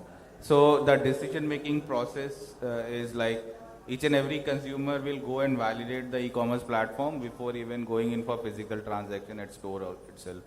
And with the increased penetration of mobile connectivity network, I think now even in the rural part of India, and even all the tier 2 and tier 3 cities also have got access of all these e-commerce platform. And also with the increased logistics company and startup ecosystem where supply chain, a lot of challenges have been sorted out. There have been, like, if I talk about e-commerce platform, then in case of agriculture, there will be two sides of it, right? So one is the production side of it, where we can, where the bulk transaction has to happen from field to the processors or bulk buyers and all. So e-NAM has been playing a significant role in it. Probably still it is a long way to go, but I think that adoption has been increasing over a period of time, and I'm very optimistic that more and more transaction will come on these platforms. And even other startups are also having their own platform like ours, and there are a lot of other companies who are doing that digitally. So yes, there has been a lot of applications and platforms where farmers can now see and vet the prices, what is available for them to sell of their produce. Coming to the consumer side of it, like ONDC is now going to be a very big player in coming days, and I am sure that if we are going to give thirst on ONDC platform, if we see that in next couple of years, we will see more and more thirst from the government side and various platforms, more and more consumer awareness will come and a lot of transaction will start happening on the ONDC platform as well. Something similar like what happened to the digital payment and UPI. So I think that I am very optimistic that ONDC is going to become the next revolution for smaller FPOs and then small time MSME sectors and small startups who are doing food processing. ONDC can become a very big player in coming days. I am sure, apart from all other platforms which we have, I will not name them, but there are a lot of other options available where you can go and sell your product online digitally.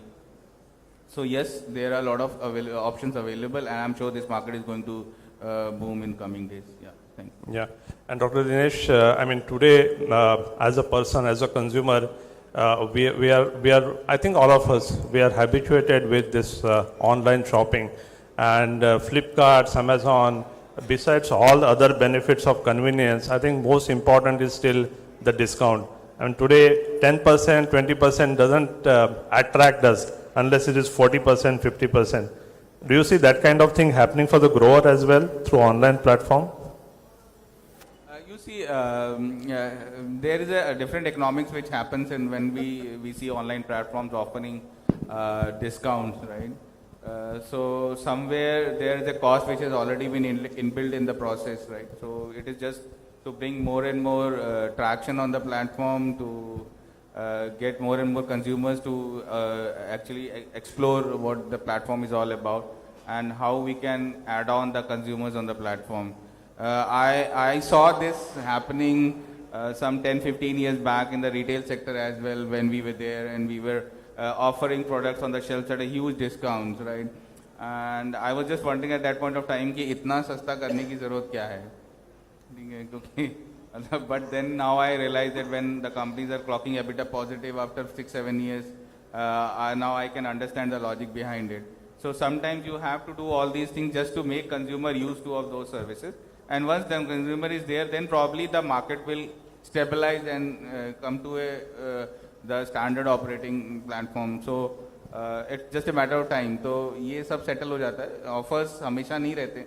अगर आप देखेंगे telecom sector में भी तो थोड़े दिन पहले बहुत सारे फ्री में कॉल अवेलेबल था. Now the average cost of each consumer has gone somewhere around 300 rupees, right? So per consumer, per customer. So market stabilizes over a period of time, right? So Sure, I agree. So next question is to Mr. Rajavilu. So as a crop protection industry, what innovations are taking place which will help the growers in the times to come? A very important question, just when we talk about innovation in agriculture, we believe that there is a lot of opportunities to bring very good innovations in Indian agricultural sector. One of the sectors which stood tall even during COVID times was agriculture, which the GDP, the economic growth rate was much better than other industries. So which also tells us that this is a very important sector where innovations are very much needed. Probably today we have a lot of opportunities to do that in this space. And what we have achieved so far is a testimony of what we have been doing for the last several years. And thanks to all the people who have been involved in this to bring to this level. But I believe that there is a lot of opportunities moving forward in terms of bringing innovations into this sector in various forms and angles. Why? Because we all know that it's a less area we have and we need to produce more. And when you look into the productivity of each crop compared to the global standards, we believe that India has a lot of opportunities to step up their production as well as the productivity, for which the farmers should have innovative solutions. Now, when we talk about innovative solutions, it can be in various forms. It can be in terms of the reason one talks about the smart farming, precision agriculture. We are also talking about drone farming, not only spraying by using drones, but what other information that the farmer can get. With all this Internet of Things, today the information accessibility to the farmer, to the common man is quite important, and it is increasing drastically. With the help of a smartphone, he can get information whatever he wants. But what is more important is how do we bring those innovations at the doorstep of the farmer so that he can take informed decisions. The other thing that I always look at is when we compare agriculture from Indian point of view and from the Western world, we have a lot of opportunities here as well. Be it an innovative formulation where the farmers can use an environment-friendly formulation is also an innovation that we can think about. And also today the Indian companies have started investing heavily on their R&D, which makes the new technologies available to the farmer at a cost-effective way than what was there before. We are able to manufacture many products. We are able to manufacture many new intermediates. We are able to develop many new formulations which the farmers can use in an eco-friendly way. Apart from that, today the tables are turning different in the sense that earlier, I think Yogesh, you can also agree to this, any new product that has to be introduced in the country, we would be the third or fourth, or even after 10-15 years only we used to get the product. Today we are having products which are launched globally and maybe first time in India also. I think these are the new innovations where it also talks about the Indian companies, how they are looking forward for it. Plus a huge space is there where we have miles and miles to go to bring innovative solutions to this farmer. I see that this decade is going to be very important for all of us in terms of bringing a new approach towards farming and through innovative solutions, which I think we should all be proud of. Yeah, absolutely agree. And I think, as you rightly mentioned, if you compare the time of, let's say, 15, 20 years back and compare the products today, we have grown significantly in terms of the safety profile of the product, in terms of the overall consumption or content of the product. The dosage has come down. It is helping for the environment as well. More importantly, it's not only the products which is important, but the technology adoption. The drone application has started, mechanization of spraying application is happening. Data is becoming very, very important. There are many companies that are working on different digital applications, data management, which will also help the growers, not only from the production point of view, but going ahead towards the market linkages point of view. So a big thank you to all the panelists, but before closing, let me open it for all the audience. If there are any questions from the audience, please raise your hand. You will be provided with the mic. Can you help with the mic, please? Okay. Hello. Very good afternoon to all of you. My question was to Mr. Dinesh Chauhan. He's a Vice President with the Project and Partnership with the DEHAT.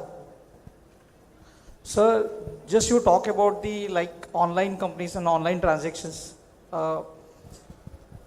where every process. Just I want to know. Like example, there is a farmer who is producing his goods, fruits. Then there is one company like DEHAT. He's procuring the goods from there, and they are selling the goods to our customer. Either it can be a retail, it can be a retail XYZ. Just I want to know one thing: the transaction, what happens in between the company to the farmers.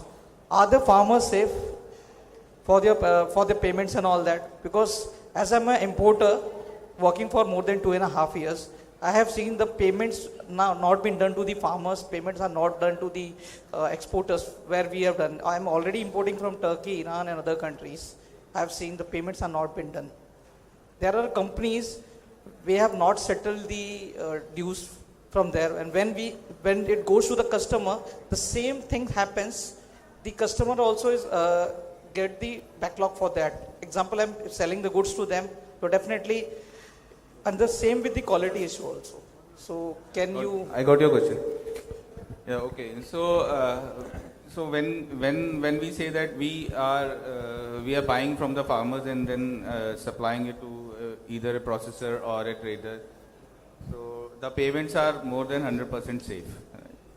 So why I'm saying that we are taking the ownership of like the product of the payment for the farmer on farmer's behalf, right? The incidences where we can see that some of the payments are not done is not because of the commitment, right? In a lot of cases, we have seen that because the quality was not matching, or maybe there has been some difference on the from the perspective of the quality which was agreed upon and what was delivered, right? So there will be some deductions which will happen, but that is a separate concern. But yes, in case of payments, it is always taken care of, and in our case, we ensure that the payment, especially in case of farmers and FPOs, is made within 24 hours. I use the word 72 hours or 48 hours just because when we do the first transaction, there are times when you have to reconcile the bank accounts and all those things. But normally, once the customer is a regular one, the farmer is a regular, or the FPO is a regular transaction happening, उसके बाद में problem नहीं होता है, और we ensure that the payment is being made. हमारे case में बहुत बार ये होता है कि जब हम ट्रेडर के साथ में ट्रांजैक्ट कर रहे होते हैं या प्रोसेसर के साथ में कर रहे होते हैं, तो the payment to the farmer is released from our side, and we take care that the deliveries are happening and that payment has been done by the actual buyer to us. So that is the reason we protect the interest of the farmer as well as buyer as well, right? In most of the cases. Yeah. Thank you. Thank you. Thank See, you. Looking at the time, we will have only one more question. I think that gentleman raised the hand first. Please go ahead. Very quick question and very quick answer, please. Right. Thank you so much, Yogesh sir. My name is Monesh Rathod. I've got a quick question for the entire panelists.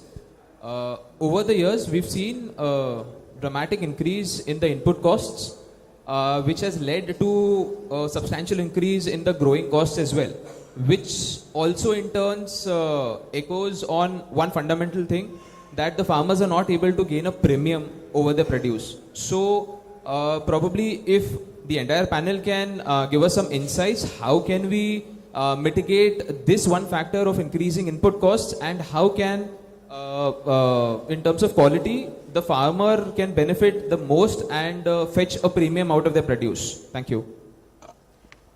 Anyone wants to take the question?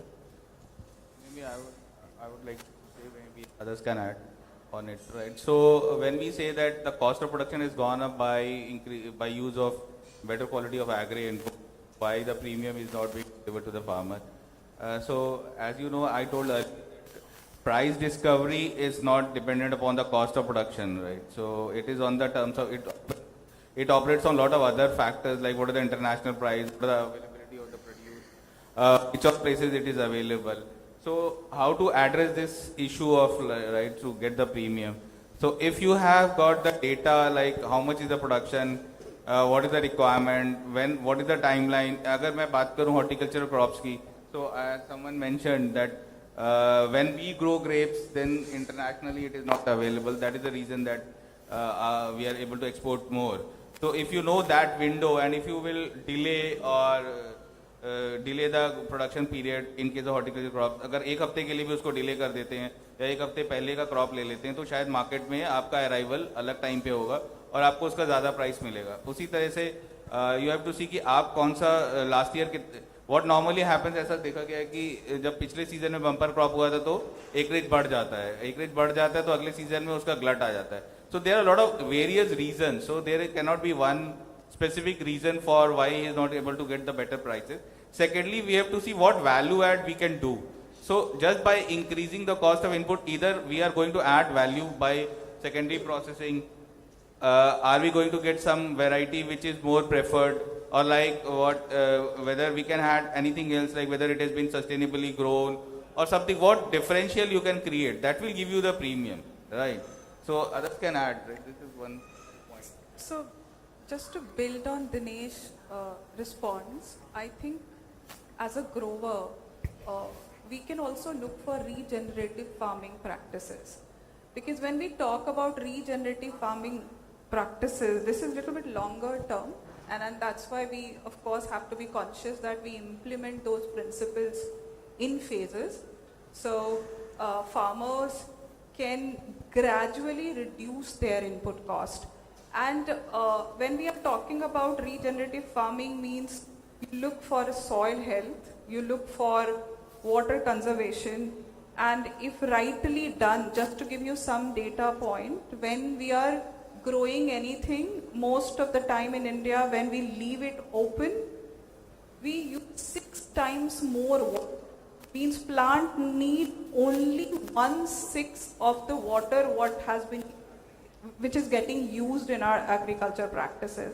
Same improving biodiversity and of course building climate resilience, so it can help us to improve livelihood of farmers. So I think in 3 to 5 years, if consciously we implement these regenerative agriculture principles, we'll be able to improve our soil quality as well as input cost.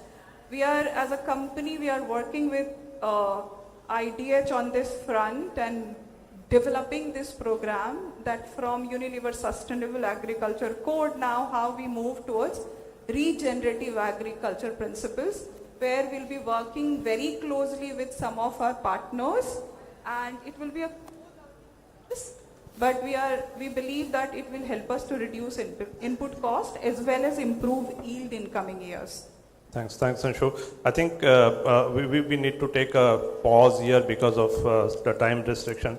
So just to summarize the whole session, I think when we talk about market linkages, it's not only the end point which we need to focus, but I think it starts with, let's say, diversification of the crops, focus on market-led production. Very, very important is the inclusion of smallholder. Today we have almost 85% growers falling under the category of smallholder. And this is where collectivization through FPO will play a very, very important. Couple of points which keep highlighted: the focus on quality, the focus on safety, focus on sustainability, and the adoption of the technology across the value chain, not only at the production level, but the ad. And just to summarize in one statement, maybe that also relates to the question which was raised. Today it's not only the input cost which has increased. I mean, it's not only the agri input, but overall inflationary pressure is there for all the things, and we see that. Our agriculture production is very, very resource intensive. It's not only the input, but you take any input, right, from water, labor, anything. So what is really required is to focus on the efficiency. From resource intensive to resource efficient will be the mantra for the growers. And it has to happen at every stage, right, from seed, other inputs, water, labor, and look at the market. I think this is where the agriculture will be able to make profitable. So I just want to thank all the expert panelists. Please give them a big hand. And thanks to all the participants here for patient listening. So we are closing the session here. Thank you so much. Thank you so much, everyone. I request everyone to be here for a few moments.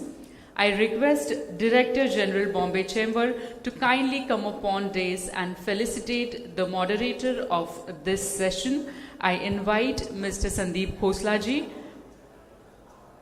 to felicitate moderator of this session, Mr. Yogesh Mohite, Crop Lead, Horticulture and Plantation, India, Bangladesh, Sri Lanka, Bayer Crop Science Limited. Thank you so much. I request Khosla sir to be here on the dais for a group photo. And I request Mr. Yogesh Mohite to felicitate the speakers with the participation certificate and memento. Mr. Azhar Tambuwala, Ms. Ansu Archana, Dr. Dinesh Chauhan,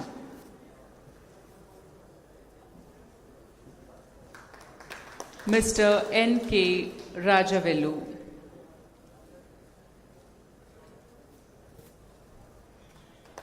We will be starting the next session immediately. A group photo, please.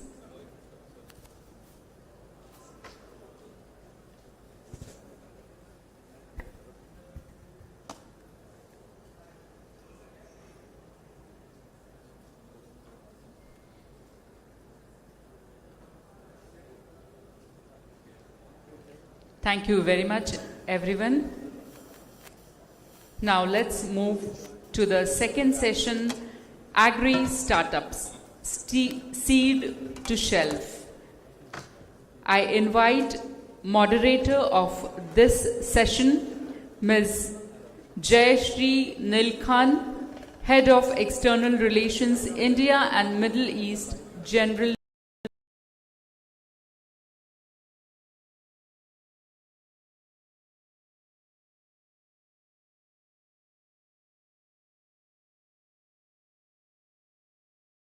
Millets. Mr. Sahil Jain, I invite Mr. Sanket Mehta, Founder, NutriFresh Farm Tech India Private Limited, Mr. Rohan Ursal, Chairman and MD, Purandar Highlands Farmers Producer Company Limited, and Mr. Sanjeev Masalia, Director, ERD Agro Ecosystems Private Limited. We are starting with the second session immediately. Session 2 is Agri Startups, Seed to Shelf. Moderator for this session is Ms. Jayashree Nilkhan, Head of External Relations, India and Middle East, General Mills. I request everyone to be seated. We are starting the second session immediately. Request everyone to kindly take their seats as we are heading towards the second session of this conference immediately.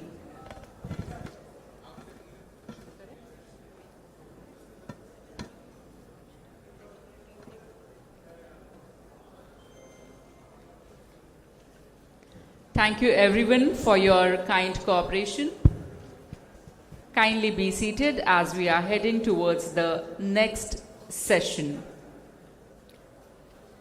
The path may not be clear, the road to success is never hassle-free, but we need to move relentlessly because life is like a bicycle. You need to keep moving to maintain the balance. Again, request everyone to kindly take their seats, and I hand over the mic to the moderator of second session, Ms. Jayashree Nilkhan, Head of External Relations, India and Middle East, General Mills. Thank you so much. Thank you, Mrindmai. I think we should wait for a minute and give time to people to settle down. It was a long session and I think people are looking for a cup of tea or coffee.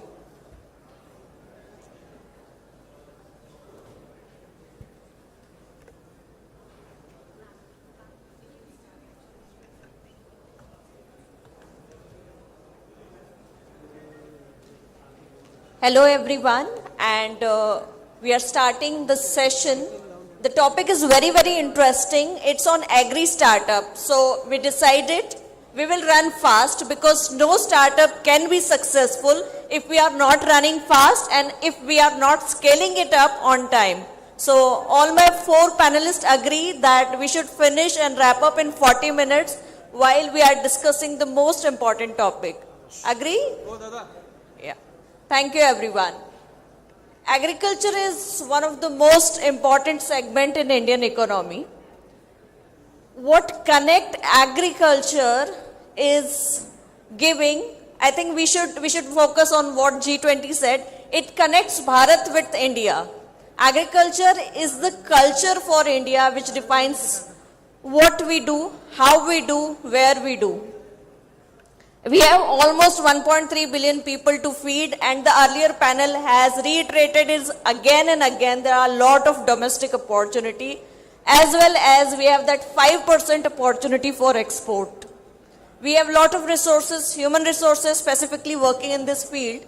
This is very complex segment. There is a lot of momentum in agri startups, which is propelling Bharat to do more innovations in the way we do our farming, in the way we are thinking about regenerative agriculture, how the products are going to the shelf.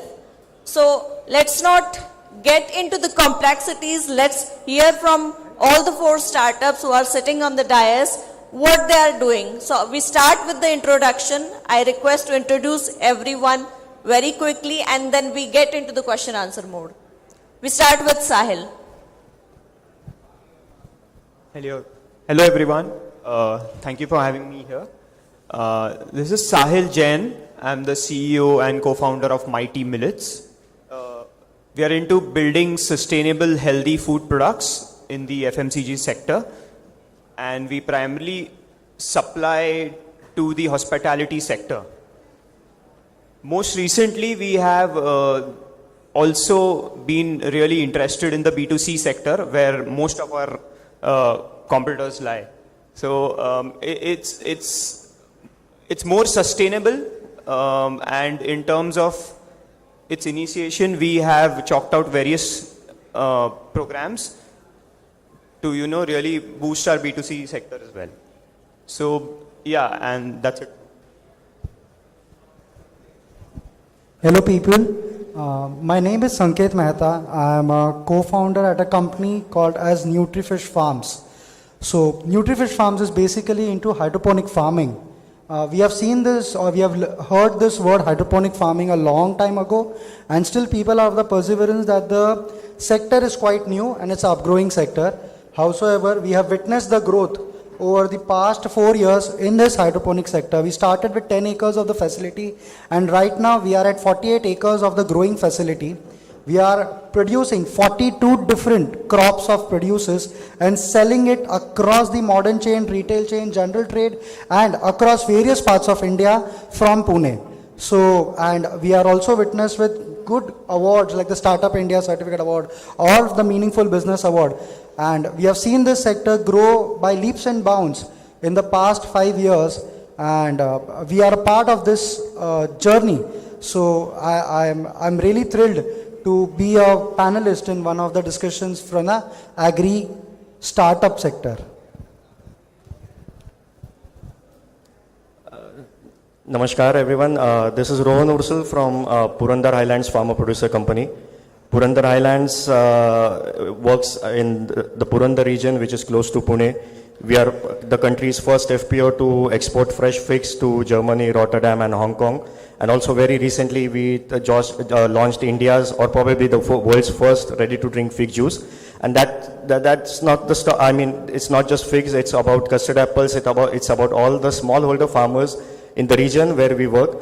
So yes, it's in line with our vision, wherein we want to untap we want to unravel the untapped potential which is there in the smallholder farmers, and that's how we've been working, right from plantations to up to the bread spreads, the juices and the exports. Everything is done by this bootstrapped FPO from Purandar region. Hello. Good afternoon. My name is Sanjeev Masalia. I'm a director and co-founder of the Ard Agro Ecosystems Private Limited. We are in a contract farming in Maharashtra and Gujarat. Particularly, we are working with that. We are supporting our farmers from non-perishable particular. We are working in the non-perishables. We are supporting our farmers to IPM to organic, developing the crops and getting the right premiums from our corporate buyers. We are the directly linkage to our farmers, to our buyers, and supporting him to be a sustainable models for their produce. Thank you everyone. We start with our questions, and the first question, I was going through the profile of all the speakers, and when I saw Sahil's profile, he was doing very good as a CA, Chartered Accountant. Sahil, my first question to you, after GST there is a lot of demand for CAs, and why did you come to agriculture, that too in a niche segment like millets? घर में बहुत मुश्किल से सबको खिलाना पड़ता है कि प्लीज आज भाकरी बनी है खा लो. So it is very tough segment according to my experience. Why are you here?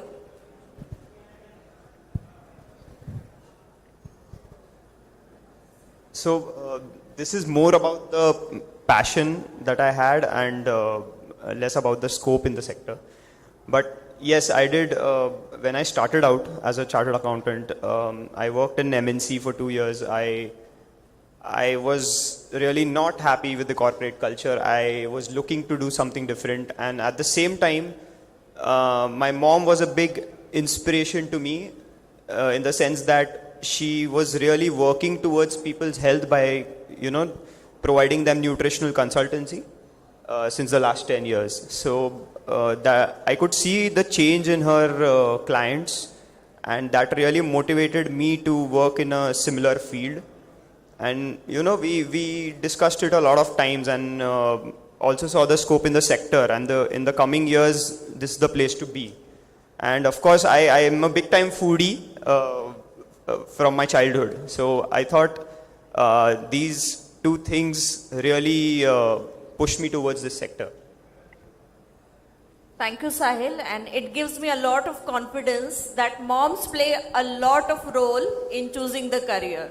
So I'll ensure that all the moms are hearing this. Sanket, my next question to you. Hydroponics, I'm myself an agriculture engineer, and I feel hydroponics is a revolutionary concept. You deliver almost 20,000 kgs of vegetable to retail shelf every day. And it's very difficult when it comes to perishable.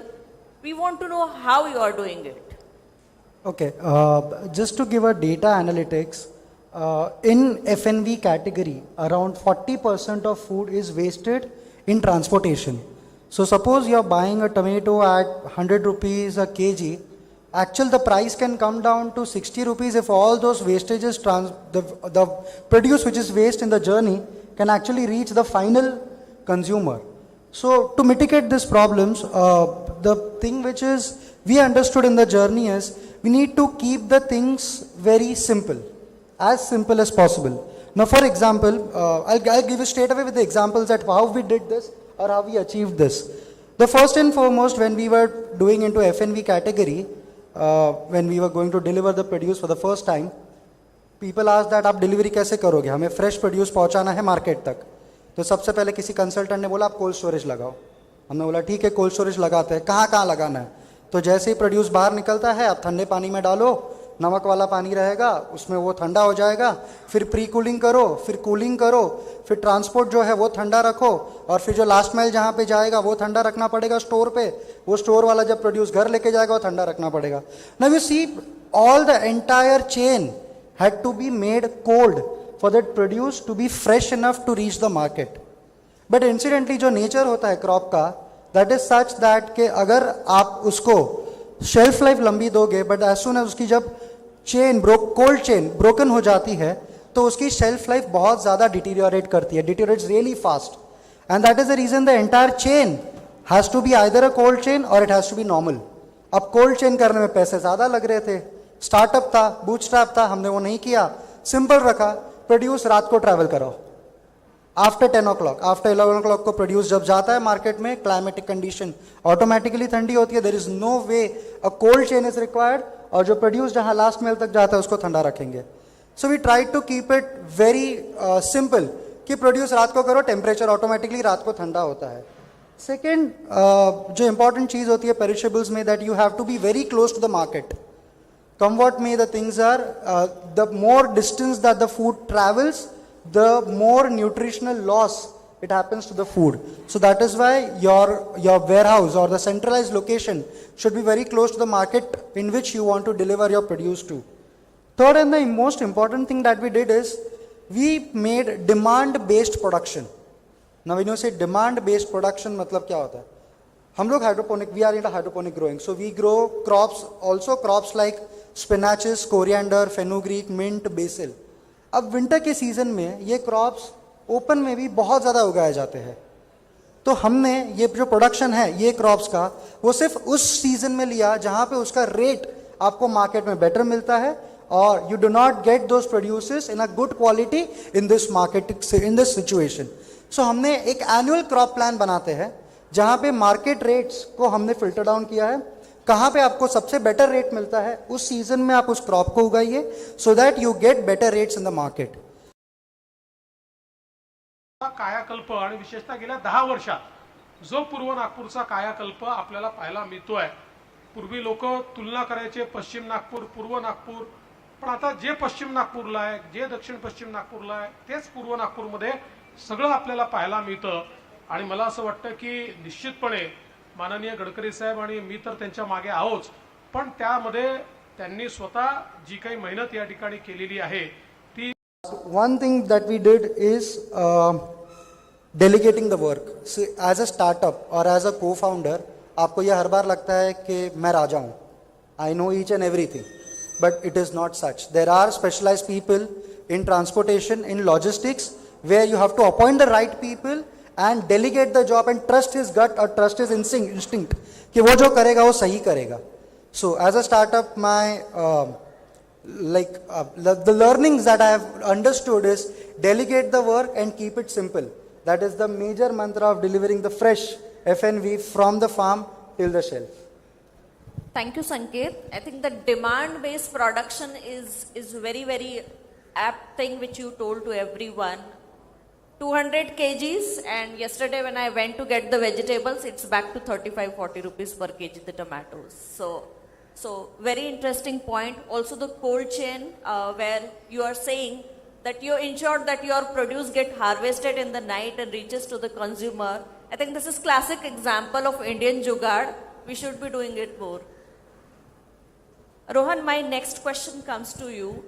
And you are handling a very, very sensitive, perishable, whatnot. Figs are very, very delicate fruit. Purandar figs have reached to various countries. Tell me one thing. There are a lot of stakeholders involved in agriculture. How did you manage your stakeholders? There could be government, there could be farmers, there could be intermediaries. And all of us are very interested to hear that how did you manage that?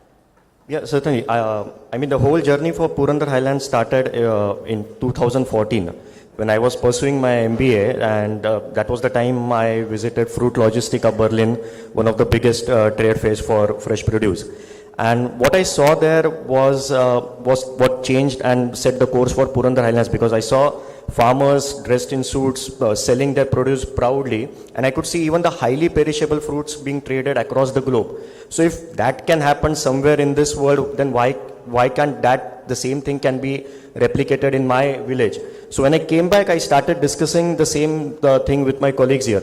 These colleagues were experienced farmers, obviously from my village, but they were quite progressive in their thinking. And what we envisioned in 2014 finally became success in 2022. So it was a 8-year journey which we had to go through. So we started identifying what the problems are, where all, I mean, we can be pitch in. And obviously there are many stakeholders involved in this. One main, I mean, we already have a partnership with Bayer Crop Science. We signed an agreement with them wherein all the world practices, whatever happens in Turkey, whatever happens in Brazil, whatever happens in South Africa, is taught to our farmers in Purandar. We started learning how the practices are done across the globe, and then how we can do it in Purandar. So obviously Bayer Crop Science helped us gain knowledge about the world. We were thorough with our local knowledge. Then obviously we had a partner like Staypack who got in the packaging material for that. And finally the figs which were perceived to be lasting only a day or two, we could successfully extend the shelf life of the same figs in controlled temperature to 18 days and in ambient temperature up to 8 days. So that was a major breakthrough of 8 years journey which Purandar Highlands took together. And obviously, as I said, 2014, it was a vision which I had seen personally, but it was very important for me also to share this vision or have all my farmers in line with the vision which I had seen. So it takes time, but as I said, we had very good partnerships with Bayer, with Staypack, and that's how we are progressing. So one by one, we have started exporting our figs, and that's a very proud moment because never before the Indian figs were seen in Hong Kong, never before the figs were seen in Germany. And one important point again, as you said, in partnerships, in 2014, I had met a buyer in Germany. The same person is our trade partner for exports today. So Don Limon or Pill Schindler GmbH based in Hamburg is today a partner of Purandar Highlands. So anything going global is together Purandar Highlands and Pill Schindler together going across all the countries there. So obviously it's all partnership, And single-handedly, I think it would have taken many years, but with right partners at right place, we could do it in 8 to 9 years. Good to know, Rohan. So they say that it takes a village to raise a kid, and for Rohan, it took a globe to reach his fix to globe. Good to know that. Sanjeev ji, I'm coming to you. You are helping a lot of farmers. You are reducing the use of fertilizer. Very, very tough task. I want to know one thing from you. When you are doing this, when you are asking farmers to reduce the use of fertilizer, definitely it has an impact on their output. So how are you ensuring that our farmers are getting cost benefit by doing this? Basically, this is a very interesting because when we talk about the increase the revenue of the farmers and other things. See, the last sessions is the same thing was right, that whatever the cost is a major cost is the input. Input cost is almost a 50% of the whatever their entire cost. So here we works with the farmers. We try to handle it. We explain him to first to go for the soil testings, because now the India still what they are doing, they are only following the POP, package of practice standard, whether they require it or not. Whether their soil conditions, they are not aware about it. Their nutritions, what they are looking for is required in the soil, the pesticides. And important thing is that we are helping him to be IPM to organic practice. We are never said a day one to go for the organic, right? But how much quantity, how to you to increase your yield without suffering and reduce your import cost, because we tie up with the direct manufacturers of the input supplies, which is approved by the APEDA and NPOPs, and direct rate benefits goes to the farmers, and that we give us in a credits. Means here now the no burdens to other, no stress to the farmers of the any borrowing the money for the running these farms and other things. And important, they agree when they realize the cost is reduced, benefit is there, because whatever they procure from the market, any input supplies, here you get some minimum 35 to 40% reduce the direct input supplies is there. Because sometimes you can't reduce the consumptions of the input supply, but you control the cost. You control the cost, you try to guide him, because they needs the guidance. So we support our agronomists, we support our field officers to guide him. And then on that basis, they can start these things, they understand these things once. Definitely, initially when we talk to the farmers, it's a challenging. They believe that 4 bags of I can use the urea, that give me the better yield. But it's not like that. It's required only the 2 bags or like that. So always time we can say the reducing this thing. And main is entirely issue of the cash flow. When you support in the credits, they reduce all the burdens of the borrowings, input costs reducing. And second things, the fair price, what they're getting from our buyers on the day one to be quality wise. IPM to organics. So that is always time helping to these things, and reduce the cost is important. Otherwise, see, we can say I talk to the many farmers, they say for the chili production, they say I can put the 1 lakh rupees inputs and I get the 1,25,000 out of my produce. So what is the cost they can save? Nothing. If I can control their price and they say your input cost is reduced, we can control this thing 35 to 40,000, and your selling is a 1,25,000, that is the profit of these things. So initially we gets a challenge, we can face a lot of issue, farmer is not ready to listen us. But once we prove that, we say it's a proof of concept. Always time when you work with the ground level with the farmer, you have to always time prove him. And when we prove it, they are now today fortunate, all farmers is following that system and gets a benefit of that. Thank you, Masaria ji. So basically what you are saying is institutional tie-ups which has helped you. Another thing is the extension which you are doing with the farmers, and that's what getting the number in the bank increasing. Yeah, right? Because ultimately every farm practice you can see they borrow the money from the lenders or institution, and this is also be a cost of the farm produce. So when you provide everything like to seeds, to input supplies, everything in a credit direct procure from the fully discount forward to the farmers, that is a helps to the farmers to control the price, and they have to pay on the when they can, that payment is adjust against their produce then supply. So they don't need to borrow any outsiders from the any lenders or the private lenders. You know the how the private lenders play the role in the markets. Yeah. Very clear. So coming back to our second round, I'll start with Sahil. So Sahil, I understand you must have been eating millets since your childhood, and I'm doing the same thing at home, ensuring they eat all bajri, nachni and jwari.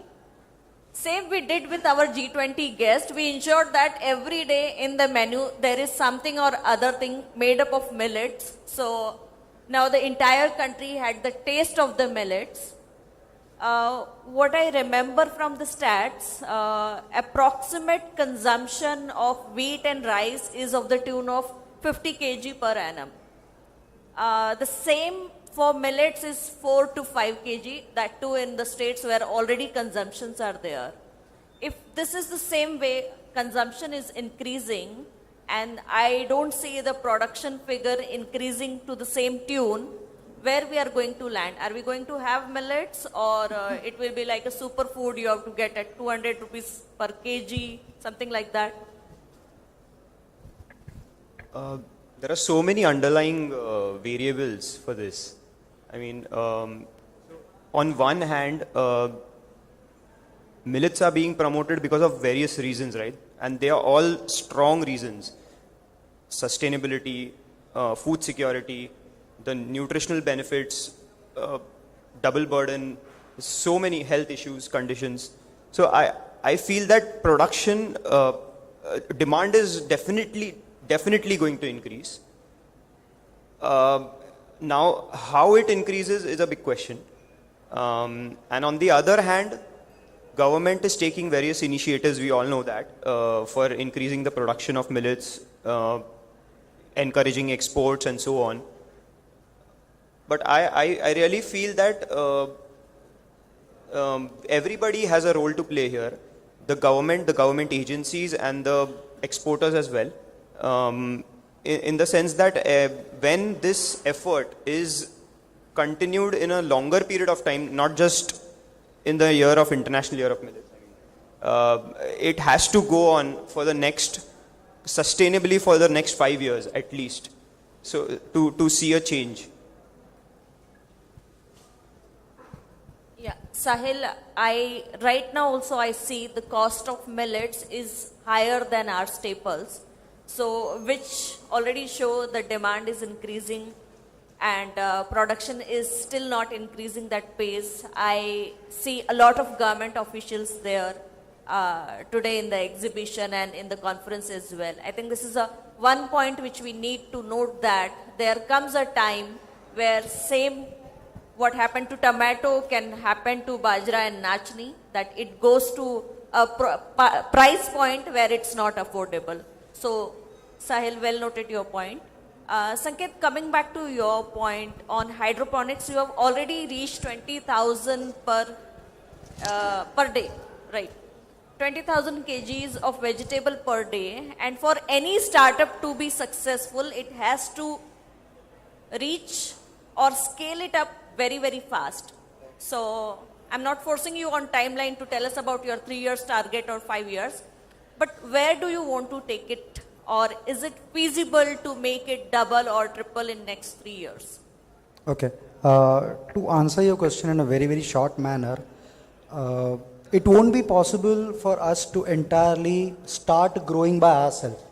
This is definitely a start where we are at from 10 to 33 to 48 acres now.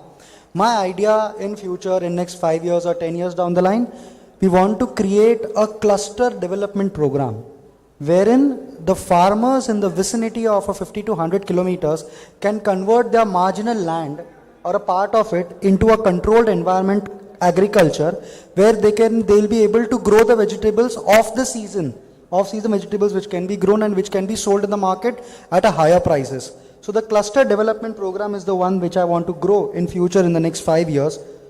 Just to throw a number, currently we are at 48 acres. In the next 5 years, my idea is with this cluster, I want to grow up to 1,000 acres of a FNV in a single place, so that the transportation loss what we are incurring right now is reduced down from 40% to 5%, and where we'll be able to cater a larger amount of market.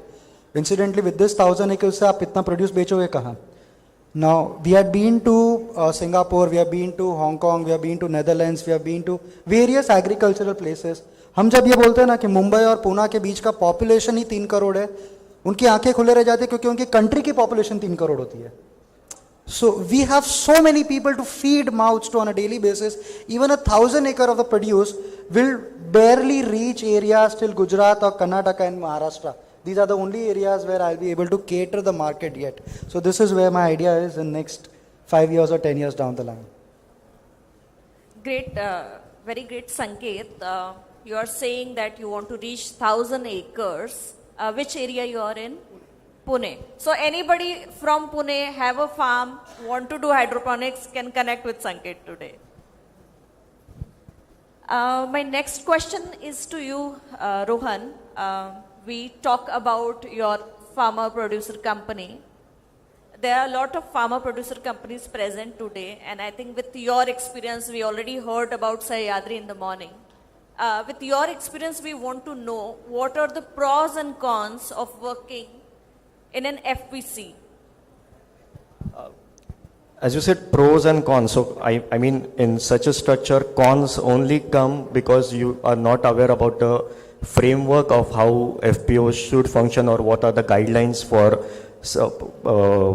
when you're setting up an FPO. So taking our example for Purandar Highlands, we didn't immediately set up an FPO. In 2014, initially we started as a proprietary company. Purandar Highlands was a proprietary company. Then when we thought, okay, we are having a team of directors who have been delegated the responsibilities, who are able to cater to those responsibilities, then we shifted to Krushi gut registration. And only in 2021, we registered ourselves as an FPO when we thought each and every we totally equipped and we have end-to-end solution right inside our directive board, and then we came as an FPO. So obviously the promotion of FPO, what we hear is going great, because FPOs can do wonders for smallholder farmers, especially from regions where we come from. But there is always a caution, because when you are forming an FPO, it is very important that the directors or the members, the forming committee know what are the exact guidelines, how is the shareholding, how is the voting rights, everything. Because I'll be very frank, especially in our country, it is very important to know the guidelines, because in the cooperative sector, it shouldn't happen that someone has formed a cooperative and then someone else is running that cooperative down the line. So obviously, it is very essential for the director boards to know what are the guidelines, and then you can become an FPO. Else you have other options like LLP partnerships or proprietary companies. Yeah, Rohan, I think a lot of complexities in the structure, then the number of people which are part of FPC doesn't make it easy. So good to know that you're already having success. I have a counter question for you. There are 10,000 FPOs which government is supporting. I think it was announced in 2020's budget. What do you have in terms of FPOs? If they are supported by government, are they more successful? See, 10,000 FPOs is very ambitious project which Government of India has launched. I mean, it is government's job is to push the FPOs or the formation of the FPOs. But again, as I said, when you're forming an FPO, whenever we go outside or whenever, even we encourage other colleagues in our Purandar Taluka or in Pune district to form FPOs. But when you're forming an FPO, it should be very clear that what your vision, mission and goal statement is. Many a times there are many FPOs which don't have any vision at the time of forming, and just because there is a goal of setting up 10,000 FPOs, there are many FPOs coming up. But if you don't have any vision, if you aren't having any mission statement or goal statement, I see many FPOs failing at the same time. So in a run to register yourself inside that 10,000 FPOs, it is also very important what socio-economic impact you are having in your region, or how much impact your FPO can have in that region. Clear, Rohan. My next question is to you, Sanjeev ji. You are working for a lot of corporates. You are helping them to do organized farming. I want to know what role they play. Your role is clear. You are helping them. What role they play or they should play? I believe this corporates, buyers, or what we say FMCG companies, they will play the pivotal role in the entire food supply security, what we say. Because what I experience, we work with the ITC, Olam, Graphic, Omni Actives, we are working with them. We understand their models. They want to buy, procures from the farmers. They want to give the fair price to the farmers. But a lot of challenges, what we see, because first thing, why we are in these pictures between the farmers and our corporate buyers. We say we are the bridge between the farmers and corporate buyers. Our buyers, advantage of these corporate buyers, what they can hold 2 cycles crops and their warehouse and this thing. Otherwise, they can't run their plants and units, because earlier the HUL say that the constant supply of the entire years, the quality parameters and other things. They are working, they are supporting. They works is supporting to the farmers groups and everything. But now the challenges is there that getting the quality and quantity in a one place is still a question. But they are working with those things, so we started to work with this. Earlier the government mission was there, the one crop, one district. That's, I believe, is a very challenging mission and almost impossible, I say. But with the support of the Amul Federations, we started in Gujarat, the one village, one crop. So that is a best models to be sustainable, fair price and everything. Why? To getting the truckload supplies and quality which they are looking for, to easily maintain and monitoring in every village, not individual farmers, is always can be a importance for the corporate buyers. And I think so they can play such a big roles in the futures that they can easily reduce the burden of the governments to be supporting the farmers, because now the government is taking a lot of burdens like a state or centers to supporting the farmers for the sustainabilities. But they are the biggest players, what I see in the futures, and that is our observations, that they will play the biggest role in these industries. Thank you, Masaleji. And what I see as an industry trend, a lot of FMCG companies, we have almost all the big FMCG companies in the world present in India, and all of them, including General Mills, they are working with farmers. And it's not easy for them as well, because they have their own complexities of being corporate, and FPOs have their own complexities of being a farmer-driven organization. So I think the time will come where these things will match and they will marry each other. Now it's a time we had round of questions with our panelists. Is there somebody who want to ask question to our panelists? We want to take quick 3 questions. Please help with the mic.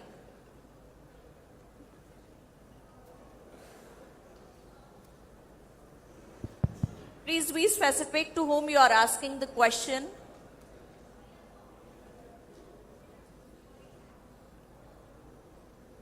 Hello, Sanket. Question is to you. This is Vinayak Asundi. I am a chartered accountant, more interested in farming also. My first question is, what is the difference between, your traditional farming and hydroponic? What is the time, for the produce to, what can I say? What is the difference in the timing of the harvest? Let us say if I grow some kind of vegetables in traditional farming, suppose it takes, let us say, 3 months. Does it take lesser time in hydroponic? Next question is, how about aquaponic? So what are the advantages compared to hydroponic when it comes to aquaponic? These are some of the questions. First and foremost, difference between traditional farming and a hydroponic farming. Hydroponic is basically soil-less cultivation. हम normal agriculture में soil का इस्तेमाल करते हैं, हम यहाँ से soil ही निकाल देते हैं.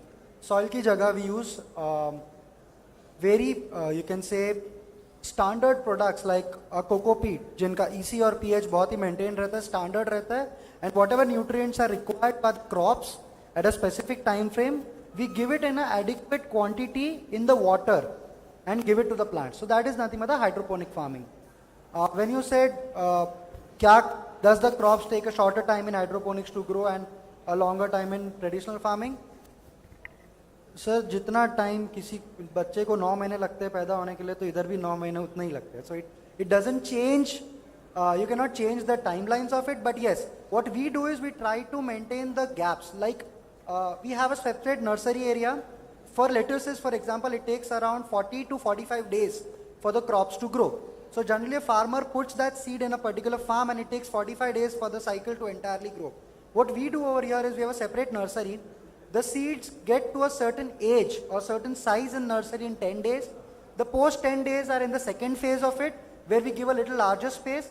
We shift that after the 21st day into the main growing area, and then that is how. So in a particular area, if you say, where it's the final harvesting coming out, instead of having 6 cycles a year, which a normal farmer has, we have 18 cycles a year. So it's just the management of space that we do to get the produce better or yield better from a particular space area.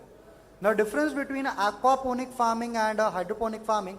In aquaponic, one thing is added in the entire structure is the nutrients are given to the plants via fish excreta. So you feed the fish excreta is used as the nutrient for the plants.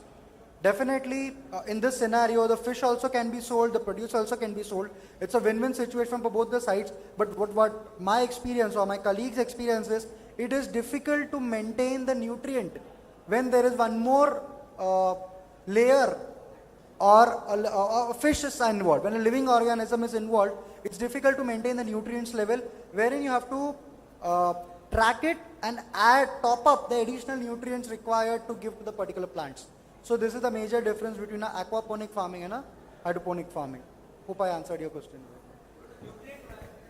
The nutrient will vary, yes. Does the nutrient value differ when you do soil farming and hydroponic? See, when I said you cannot change the nature of the crop, suppose a particular EC or a pH is required, it is required, but then soil itself has certain ECs and the pH. And that is why when people have said here that we do soil testing, that is where the soil testing comes into the picture. Suppose a particular EC is required for a particular plant, you know how much EC is available in the soil and you top it up with those types of nutrients. Over here, since there is no soil involved, we will inject that much amount of nutrient which is required by the crop from starting of the crop, from the initiation of the crop. Thank you. Thank you. Last question. Hey, thank you for the insightful session. I think it was wonderful to know all of your experience. My question to Mr. Rohan is, what was your challenge when you started as a proprietary in 2014 and then moved into FPC? At the ground level, does farmer get convinced on, how, what are the challenges in convincing them? And, why would they sell the product to you, right? So just if you can share some thoughts on that. Yeah, sure. So obviously, as I said, 2014 was something which changed my outlook towards farming. And then, as I said, you need to align your vision with your colleagues. So it is very important what team members you get in initially with you, because if they believe you, then that's how you see the company growing. I cannot, even today, Purandar Highlands doesn't onboard every farmer in the Purandar Taluka. We train them for 2 to 3 years, we check how they are performing, we check how their practices are, and then only he becomes a shareholder. So you cannot target all people in the region, but you need to be very selective about who you are choosing. Do they share the same vision, or do they believe in your vision? And if yes, then that's how you see the company growing. So 2014 to 2021, it was all about finding the gaps wherein we can pitch in, then finding the right members. So today we have a farmer who is also a MSc microbiologist and who quit his job in ITC, started his farming again, and also does the processing for the company. So that's how the company is growing. We have a director who already has a nursery. He also is a fig grower and a custard apple grower. So what responsibility he has is preparing the best plants or the best saplings which can be given to the farmer. So that's how we have aligned their current work with what the company actually required, and that's how in parallel it is working together for Purandar Highlands. Thank you, Rohan. One more question, please. Sincere request. It's for the entire panelists. Sure. Okay. Thank you everyone for being here. This question is for the entire panel here.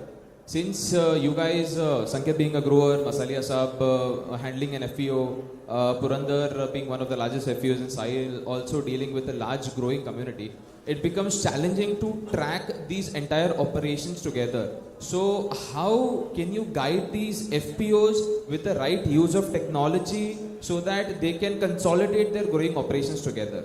If you could just give a sense of what you guys are doing. Thank you. Okay, for Purandar Highlands, I can say fortunately or unfortunately, we haven't made use of technology. Fortunately, I would say it because we have been successful in our research and we have successfully exported, we have successfully processed the products which are very market ready, which are, they are in line with the world parameters which we are doing for our domestic market. Unfortunately, because when we are scaling up, we don't have we have enough data, but we don't have the right data at the right time to acknowledge what our learnings are. So obviously there are points wherein as an FPO we need to grow. But again, in agri-tech or digitech space, what we hear, there is a lot of buzz. We see in all social media everywhere that there is a lot of funding coming in. There's a lot of research going on agri-tech. But I believe, I'm not sure, but Purandar maybe we belong to some remote region which is very close to Pune, and yet no agri-tech company since till date hasn't reached us. So obviously there are lot many technologies coming in, but they are designed somewhere and then we are asked if this is applicable to you, and obviously we have a big no, because we want something which is prepared for us and which is done for us and after identifying our issues. So I think there is a lot of gaps which need to be filled. As an FPO, we obviously look forward to connecting with many agri-tech or digitech companies wherein, because it is essential, we have that space when we are scaling up from here onwards. Thank you, Rohan. I think what he summarized, we will not take any more questions. The panelists will be available after the talk and you guys can connect to them one-on-one.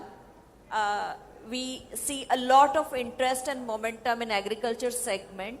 We really need simplification. We don't need more complexities, and that's where the agri startups are helping. When I need to get my tomatoes in the morning, I just go to any of the app and I need this and I get it in the morning. That's very, very simple for me. So it's making our life simple. According to our estimates, we're gonna have 10,000 agriculture startups in this decade.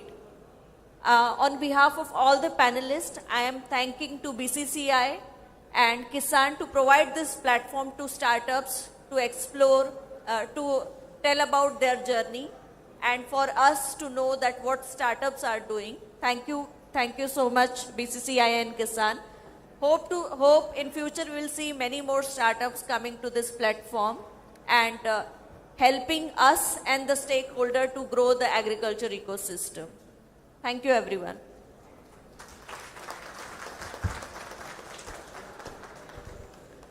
Thank you very much for your valuable inputs. I request everyone to be here for a few moments. I request Director General Bombay Chamber of Commerce and Industry, Shri Sandeep Khosla ji, to kindly come upon the dais and felicitate the moderator of this session, Ms. Jayashri Neelkhan, Head of External Relations, India and Middle East, General Mills. Thank you so much, ma'am, for being here.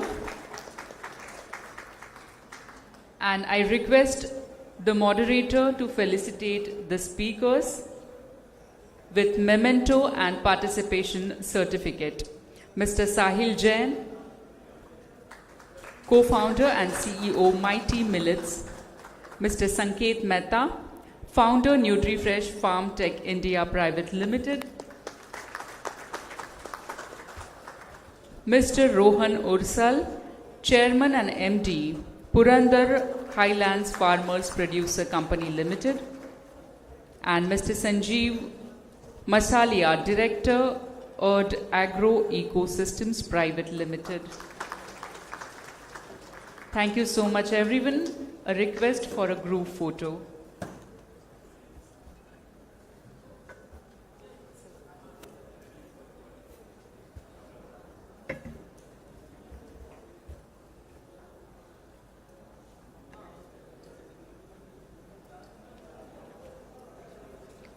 Thank you very much, everyone.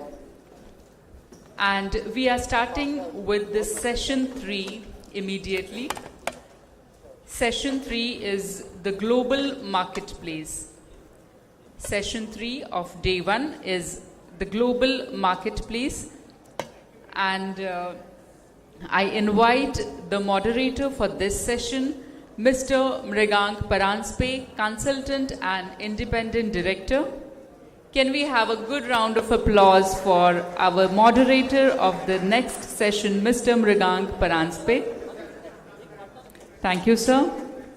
And I invite the speakers, Mr. Azhar Tambuwala, Director, Sahyadri Farmers Producers Company Limited, Mr. Ankush Jain, Business Head, Pulses Olam Agri, Mr. Parag Garde, Board Advisor, IPGA, Mr. Ganesh Kasekar, South Asia Representative, Global Organic Textile Standards, and Mr. Vijay Ganeshan Iyer, Head PR and Corporate Relations, Way Cool Foods and Products Private Limited.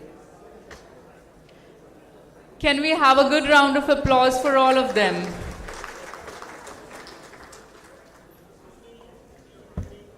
Thank you very much.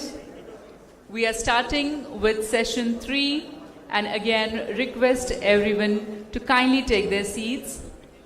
Session 3 is the global marketplace.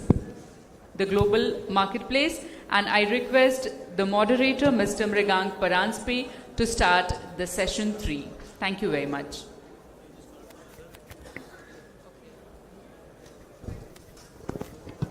I invite Mr. Azhar Tambuwala, Director, Sahyadri Farmers Producers Company Limited. Thank you.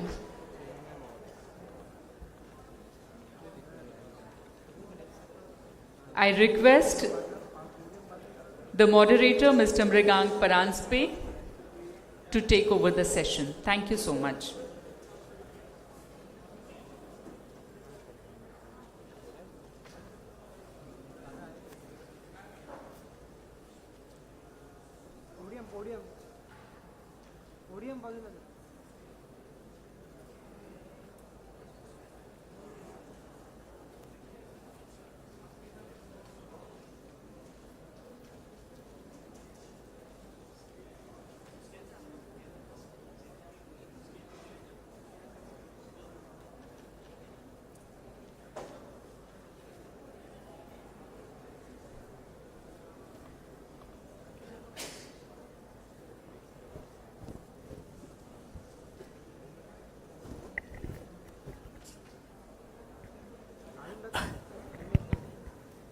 Good afternoon, ladies and gentlemen. I'm well aware that I am between the most important event of the day and what you're eager for, which is lunch. But I think we have a very interesting session and some very interesting panelists with me. So Ronald Reagan said that, nations which became great did not do so because they were big, because they were ambitious, or because they had a great wealth originally. They became great because they embraced global trade. And I think that one message is something which sort of sets the tone for what we want to discuss today.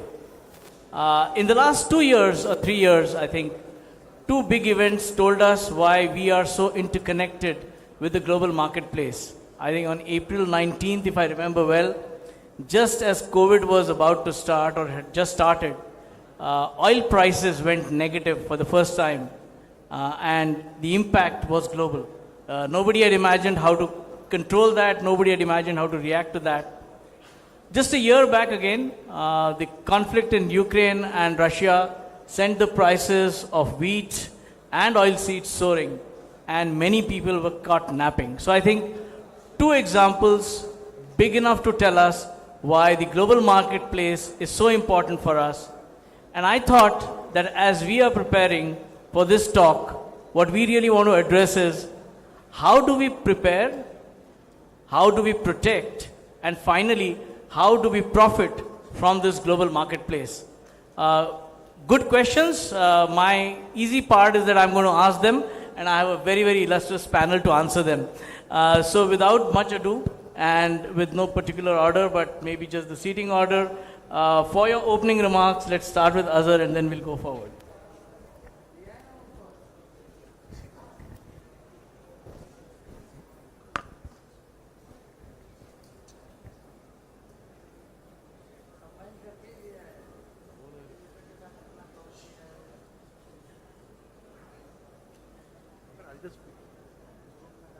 Okay. Sorry, I took that little few minutes to check with the moderator. What the opening remarks, because of the topic of the day, which says global marketplace, and I've mentioned this in my earlier session, is we believe that whilst India is the second largest fruit and vegetable grower in the world, but when we look at our contribution in global trade, we are very, very minuscule. And there is a huge opportunity for us as a growers nation, where our GDP is 19% and we employ about 46% of the labor in India. Having said that, we as a company, and I said this earlier, is we've taken a lot of our learnings from overseas and brought them to India. And what I'd like to do during this panel or even later is share how coming in from outside has helped us as a company understand where to position ourselves and create value for our growers as well as for our customers overseas.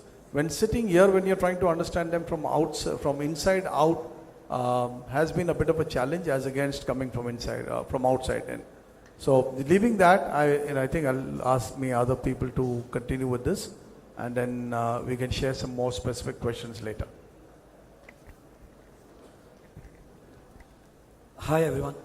So almost a decade back, when eventually I get into this field, I heard one thing is that the global market linkages in India is a future thing. But I believe today that the future is now. So I believe that we have reached to a stage wherein we have seen a couple of major events, as Moderator has just mentioned that about the COVID and the Ukraine and Russian war, wherein over the past 1 decade there have been significant events which has eventually happened in India and the global level, which has created the need of us to be prepared, be protected, and be monetized accordingly. So when I say prepare, when I look at the preparation, so it's not about the product, but largely it's about the scale and the sustainability. So I believe that in India, what the farmers or the entire value chain is required to do today is to have readiness, preparedness from the sustainability perspective, so that we can scale with a pride, we can become one of the largest, not only the consumer, but also a proud exporter as well, to become a global trade partner with many of the countries globally. For which I think when I say preparedness, when I say scale and sustainability, for which I believe coming together as farmers in a groups like FPOs, which government have already taken initiatives, right, to basically understand the need of the requirements globally, work on the productivities. These are the key variables which we have to map very rapidly, wherein government is also supporting now. Second, when it comes to the product, I think the information arbitrage, what I believe that globally now, because of the lot of digitalization, because of the startups coming in, because of the market linkages through a lot of companies from the farmer to the global participants, I think that information arbitrage is now no more there. So which is where I believe the respect for having each and every stakeholder in the entire value chain is building up, and this is the time wherein we have to work together, protect our interest and minimize the information arbitrages through the tools available, and let's try to play a better role there. And I believe profitability, how do I see the profitability? I think profitability is a result of preparedness and the protectiveness. And if we are there on the global forum so strongly, I think monetary and satisfactory profits will be there on the cards. So that's how I see overall preparedness, protectiveness and the profitability from the global marketplace perspective.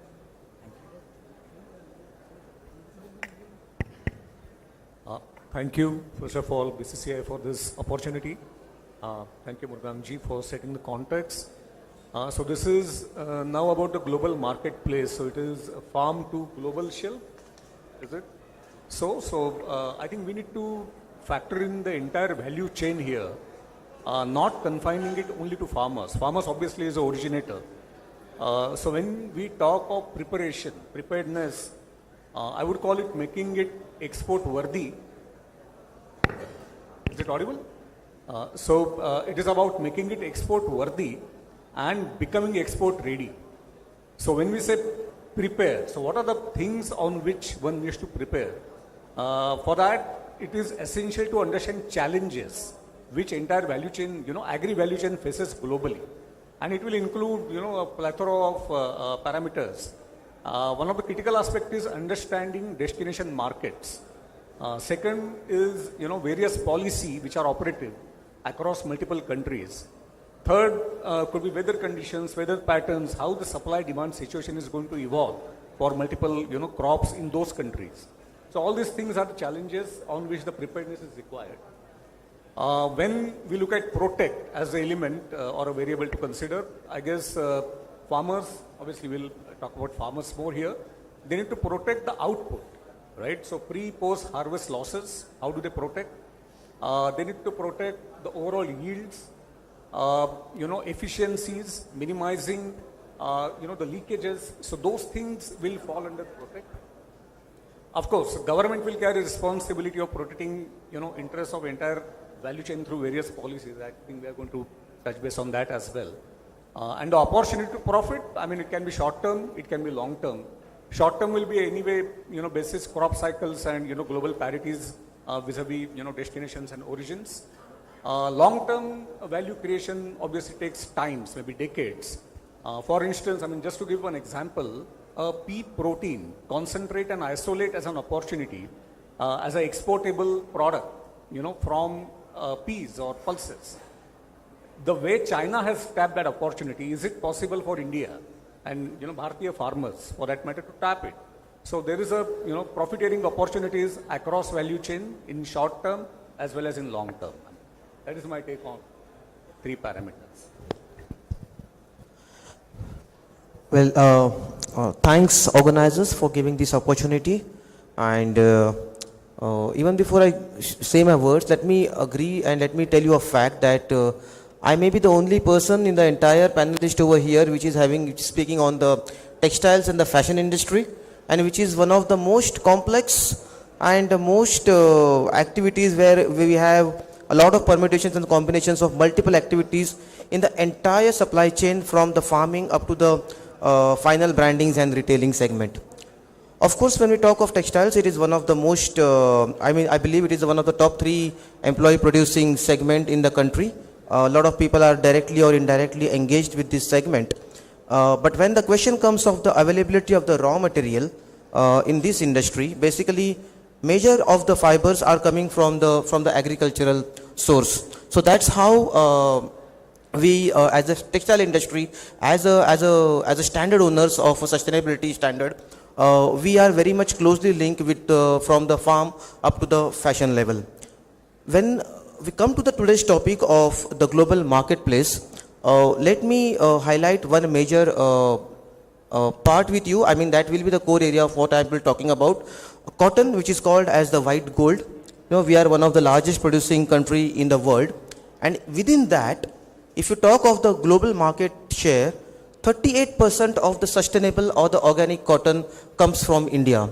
So you can understand the intensity and the importance of how a farmer or a FPO is having a very significant impact in on this industry. I mean, in the discussions later we will talk further, but that's why I feel this topic is very essential, which actually caters to the interest of the farmers, and which is definitely been taken care by the international brands and retailers directly in current days. Thank you. Thank you. Good afternoon, everyone. Firstly, thank the organizers and Mr. Paranjpe for the invitation. And it's a great honor. Over the years, we have learned the commodities market from him, and to be part of a panel which he's moderating today, it's a great honor. Just taking 20 seconds to just giving the benefit of doubt. Mr. Jayant Menon is actually the name put in the cue sheets that everyone has, but he could not make it due to some unforeseen circumstances. He had to travel from Chennai, and that's how I have been part of this panel. So interesting, all the experienced speakers before me have put both and set the context here. So as we all know, the best example, 48 hours before, is when the Global Biofuel Alliance was announced. Now, keeping that in mind and the topic that we are discussing, clearly the opportunity is there, and there is a lot of things that the whole agri ecosystem in India can become a part of, and thereby solve a lot of problems that we face. And we at Waycool have always been trying to build a demand-driven model in the last 8 years, because primarily all our models have been supply-driven. So a demand-driven model will take care of a lot of uncertainties otherwise that we face. That is what we believe, and we have been trying to practice that. And the three aspects where the context was set by Mr. Paranjpe of prepare, protect, and then profit. I believe the first thing of preparation, I believe, we all know that our farmers are entrepreneurs by themselves. We don't have to teach them what they have to do. They go through one of the most challenging situations and do what they do. So they are best prepared, and they know what they have to do. The challenge, I believe, somewhere is to connect them to the marketplace. That is perhaps a work in progress or something which has been deliberated, but a lot still needs to be done. Once that happens, perhaps the protection that we say can be in various forms. Now with agri-tech players coming in, a lot of data is being captured, a lot of things are getting institutionalized. Technology can be a great enabler and thereby a great protector for the packages of practices that can be looked at. Even during the previous panel when I was listening, they were mentioning that. And thereby things stabilize, the yields go up, automatically the profit aspect comes in, which is the biggest challenge that everyone faces. So I believe it's a chain, it has to be step by step, but indeed there is a huge marketplace, and connecting the whole ecosystem to the marketplace, I believe, is the biggest challenge and the opportunity. And I'm sure a lot more things would come out with this experienced panel during the deliberations. Thanks. Thank you, panelists. So let me start with the sort of input side, as we say, and in that, it is often said that you should grow what sells. So Ankush, to the farmer of Bharat, what would you tell him that he should be growing for targeting the global marketplace? Sure. I think that's not a very straight or a binary answer which I can give, but I believe the Indian farmer has to definitely understand the change in the consumer habits globally. Now the consumer is no more talking about wheat, rice or pulses. They are largely talking about protein, carbs, fiber. That's a shift. That's a shift which is eventually happening. And we eventually cannot again focus on what can be sold today. But what we have to be prepared for what is going to be sold in the next 1 decade. So that we can earn better, we can position ourselves in a better position today. So there are 2 or 3 key, I would say, product lines. One is definitely the organic product lines, wherein, as Ganesh have also mentioned, that organic protein, right? Sustainable products, for example, sustainable rice, millets. So all these commodities which has a large future and wherein the Indian farmer eventually can focus with the help of lot of technology which is coming into the play today. So if adopting those technologies, if they can work more towards getting into the right commodities like organic products or maybe sustainable products. So we as Olam, I think we have been working very close. Just to give an example, I think we are working very closely with more than 10,000 farmers in Punjab and Haryana on sustainable rice, and wherein I think their cost of production have gone down, the productivity have gone up, they are getting much more margins, but it was not looking that on day one. It was a journey which we had to travel. So I think it's a journey which most of the farmers or the FPO groups have to travel, but there are tools available in the market today, and there are companies who are available and who are investing with their time with the farmers and trying to give them a right guidance, right knowledge, and getting into the right products. So I think organic products, sustainable products, and millets. These are the 3 categories wherein definitely farmers should focus on. Sure.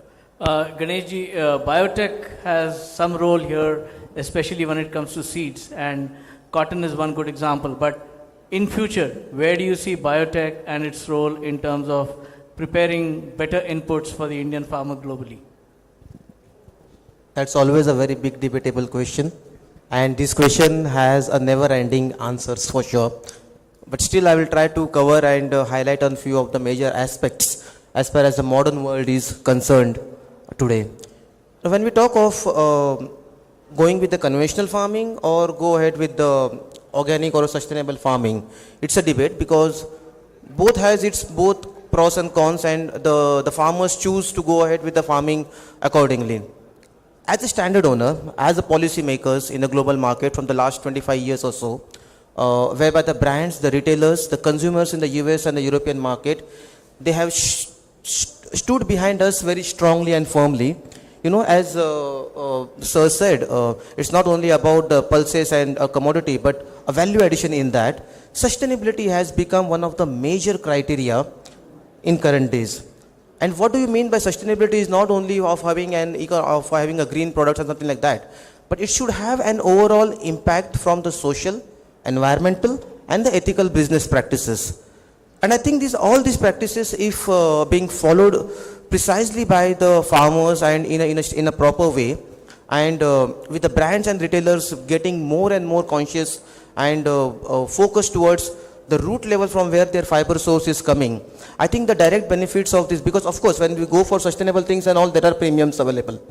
But this premium should actually go to in the pocket of farmers also. So now that's the reason why the brands and retailers are themselves coming and standing on the farms. I have myself witnessed few of the global brands coming on the field, interacting with the farmers to have all these things. And then to ensure all these things of the social, environmental and the ethical business practices, lot of technological tools, lot of traceability tools have been adopted and being followed in the market.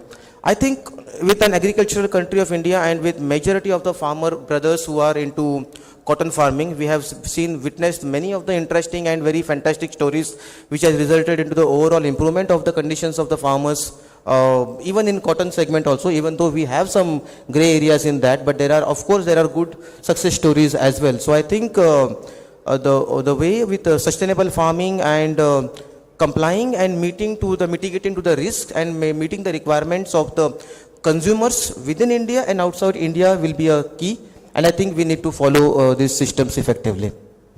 Parag, millets, and I know you have the best brand ambassador in the world available today to market this product.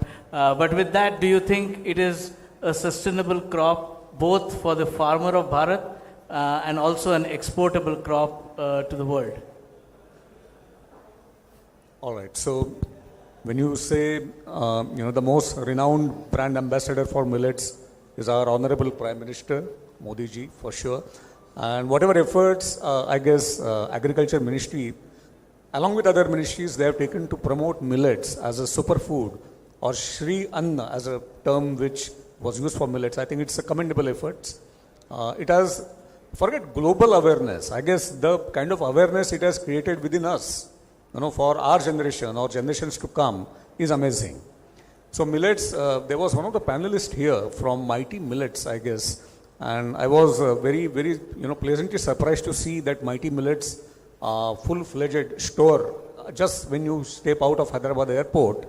And I was fortunate to then visit NutriHub at Hyderabad, which was kind of promoted by IMR, and Dr. Dayakar Rao, he interacted with us. And there are some 80 odd startups housed there in promoting millets-based applications, formats and products. But when it comes to millets, making it a mass consumption staple like cereals and other grains or pulses, dal, roti, chawal, if we really want to bring millets at par with those staples, I think there are a lot of policy interventions that are required. And one is, of course, export worthiness of the product. No doubt in terms of nutritional value, I think it will have a great global acceptance. In having very low GI, having very high fibrous values. There is a potential of extracting protein out of it as well, which can be mixed with various other applications. So great export worthy, product for sure. We in the sense India, we produce broadly 24 million tons of millets. One of the, there could be multiple interventions which can grow this, production further. And 2 or 3 suggestions if we can give, and later on maybe can be followed up with the ministries. And that is one of the role which IPGA, we play at India Pulses and Grain Association. So the minimum support price, except for ragi, where the price is hovering at around 3,800. For bajra jwar, the MSP is lower, lower than even 30 for that matter. So there is a scope of incentivizing farmers to grow more millets. That is one. Second, many times what we observe, these startups, and while the efforts are absolutely commendable in creating awareness on millets, the proportion of millets which goes in those products is, it's only for the claimant purpose. It may not be really, more than 20%, right? So there has to be some incentive, especially for exported, exportable products, where the millets proportion is more than 20%, can get 6% export incentive, right? So that will actually promote application of millets into exportable, products. And third could be, there could be GST waive off for multiple handling activities which are pertaining to millets. For example, stevedoring or container stuffing and all these activities come up with, GST element which service provider levies on the customer. So if those kind of incentives are offered, I think millets has a great potential to fly abroad. It will be real, farm to global shelf product. We all know that when it comes to global marketplaces, probably quality and assaying is a very, very important aspect. You need to adhere to standards uniformly and maybe even sometimes better. With your background, Ganeshji, what do you think we need to do as a country when it comes to the assaying and the quality management if we have to face the global marketplace? Thanks, sir. 20 years of the experience in the quality assurance industry. This happens to be one of the top favorite question of mine. Yes, but when you look at the testing aspects, the quality assurance parameters, testing is one of the major criteria over there. I remember an ideology when at one point of time it was discussed that in India we are very, very soon going to have regulatory things to get the testing of 2 major aspects. One was the fiber content of your garment and the other one was the chemical testing of azo, the hazardous substances. Honestly, if you look at the malls and if you look at the textile industry at the moment in our country, if we really decide to go ahead with a mandatory testing of at least these 2 tests, we are not capable with the infrastructure to get these things tested at the right time and at right place. There are very few government laboratories scattered into the various textile hubs. There are very few MNC labs and the service providers who are again having their presence at the industry segment, industry-centric segments only. But let's come back to our very core topic of the agricultural product. And when we talk of let's talk of sustainable product, like a standard like us, we don't allow any GMO to be content in any of the product. Now, if a farmer, if there's a farming groups across India, and if you see the laboratory setups, they are having no proximity of a lab, so that they can take their samples and get it to a lab and get it for a GMO testing analysis. So I think our country needs to have a very rapid progress in that segment. We need to have a faster mode of transporting the samples from the field to the laboratories. Second, we have the Egyptian cotton, which is world famous, but thanks to government of India, now we are trying to promote our own brand of cotton in the global market. It will be called as Kasturi cotton. But again, to calculate the staple length of the fiber, to calculate the strength, the appearance, the physical and the analytical properties, the pesticide testings, these all still needs to have a lot of laboratory infrastructure. So I think the country should head, because we have been having more focus only on the productivity part, but when it comes to the actual analytical or the physical assessment part, we still need to have a lot of development in that segment.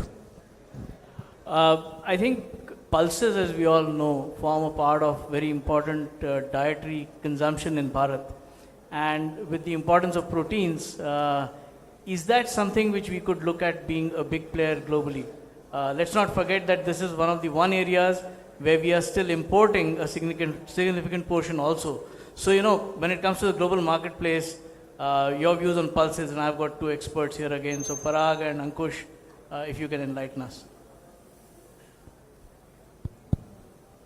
So pulses, India as a country, we have been net importer for last, more than 2 decades for that matter.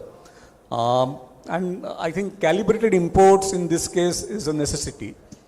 Primarily because, 27 million tons is a figure which comes out from Ministry of Agriculture as advanced estimate. But the trade estimate is almost 3.5 million tons lower compared to what is published. So there is a deficit for sure. There are certain, varieties like pigeon peas, tur dal jam khate. The minimum support price offered to the farmer is 70 rupees per kg.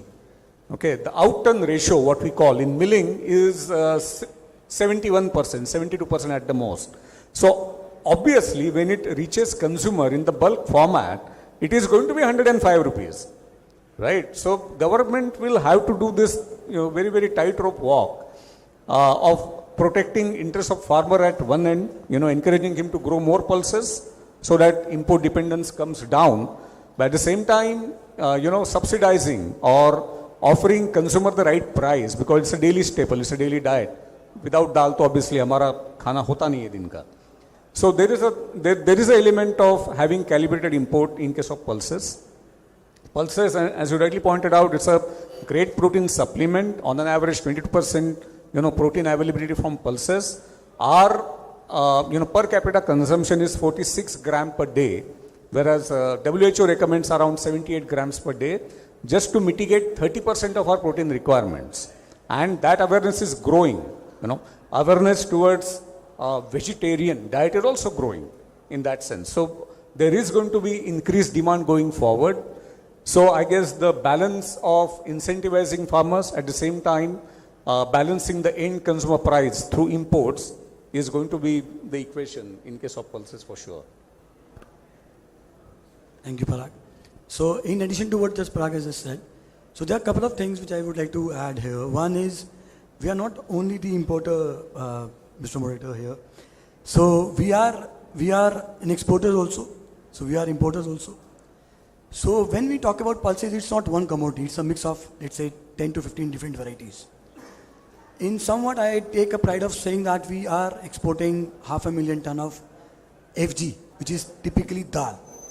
We have to import raw pulses, as Parag has just mentioned that we are short of pulses as a raw material. But we take a pride in saying that we are exporting FG, which is a finished product which is known as typically dal. And we are exporting not only to Middle East countries, but we are also exporting to European countries, USA and many other countries, wherein wherever there are Asians available, as in residing, they are consuming Indian finished goods of pulses. Secondly, over the past few years, what we have seen is the government of India has taken a step back and eventually incentivizing in two forms to the farmers. One, by increasing the MSP to almost 50% increase in the MSP over the past 4 to 5 years. Secondly, giving them a confidence that boss, you produce, will procure.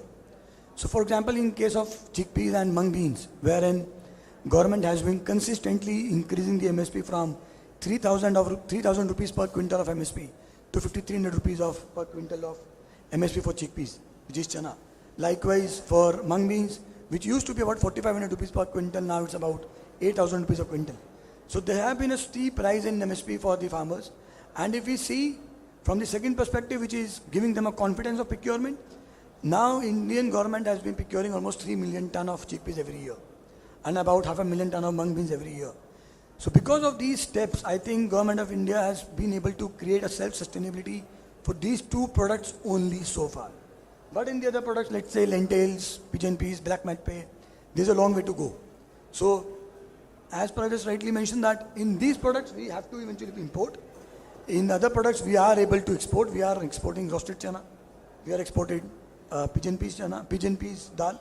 So I think to meet the protein deficiency in India, the farmers are really need to be pushed by giving more incentives in terms of increase in MSPs, by giving them a confidence of procuring all of the other pulses as well, so that they can focus more and more pulses production.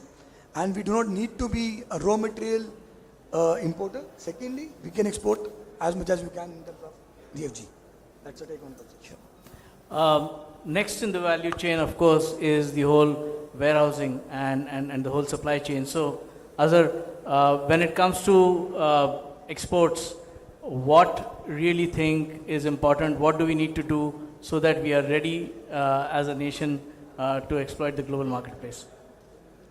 I think this is an oft repeated question over the years that we've now been saying that, we have probably about 40% of fruit and vegetable being wasted en route to the consumer. And importantly is whilst 40% is being wasted, we still are able to feed the entire population. So imagine what happens if you save, let's say even 20%, that's going to go, you're going to go into a production surplus. And that's a huge staggering statistic I think we should all be considering. And why is this happening is simply because of small growers and lack of infrastructure and especially cold chain infrastructure. Whether it is, we are not able to add value at the farm level, we are not able to have storage facilities, adequate storage facilities or transport facilities.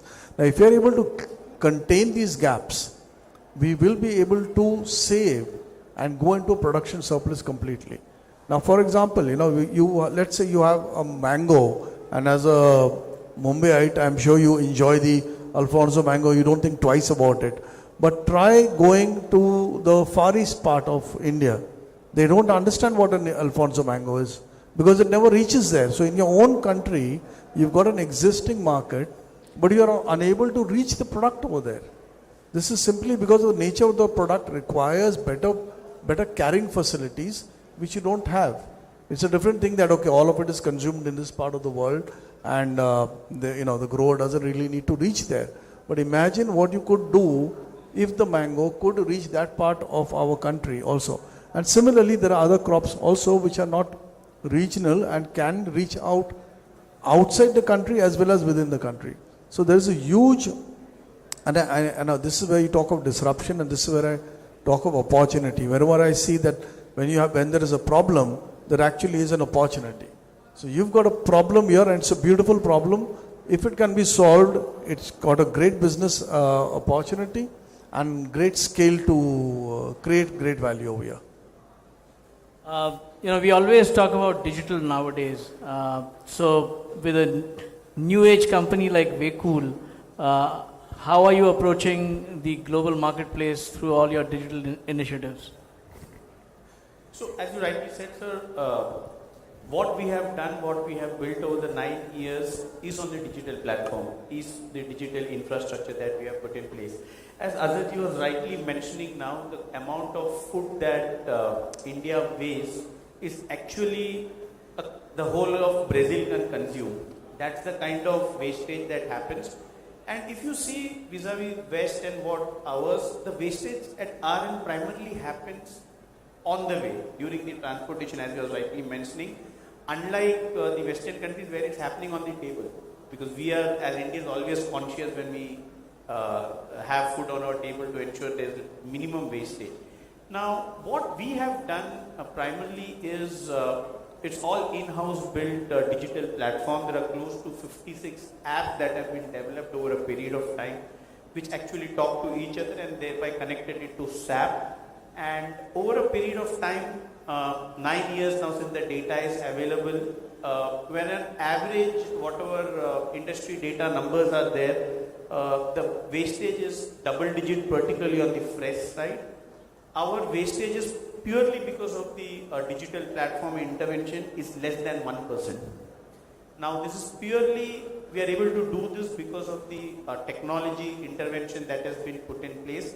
And also what we ensure is that how close we can go to the farmers when it comes to the collection. So the whole collection centers are almost at the food doors of a particular cluster of the of farmers, and that is where your wastage comes down. Thereby the farmer gets a better realization, and thereby if there's a good yield, again his profits go up.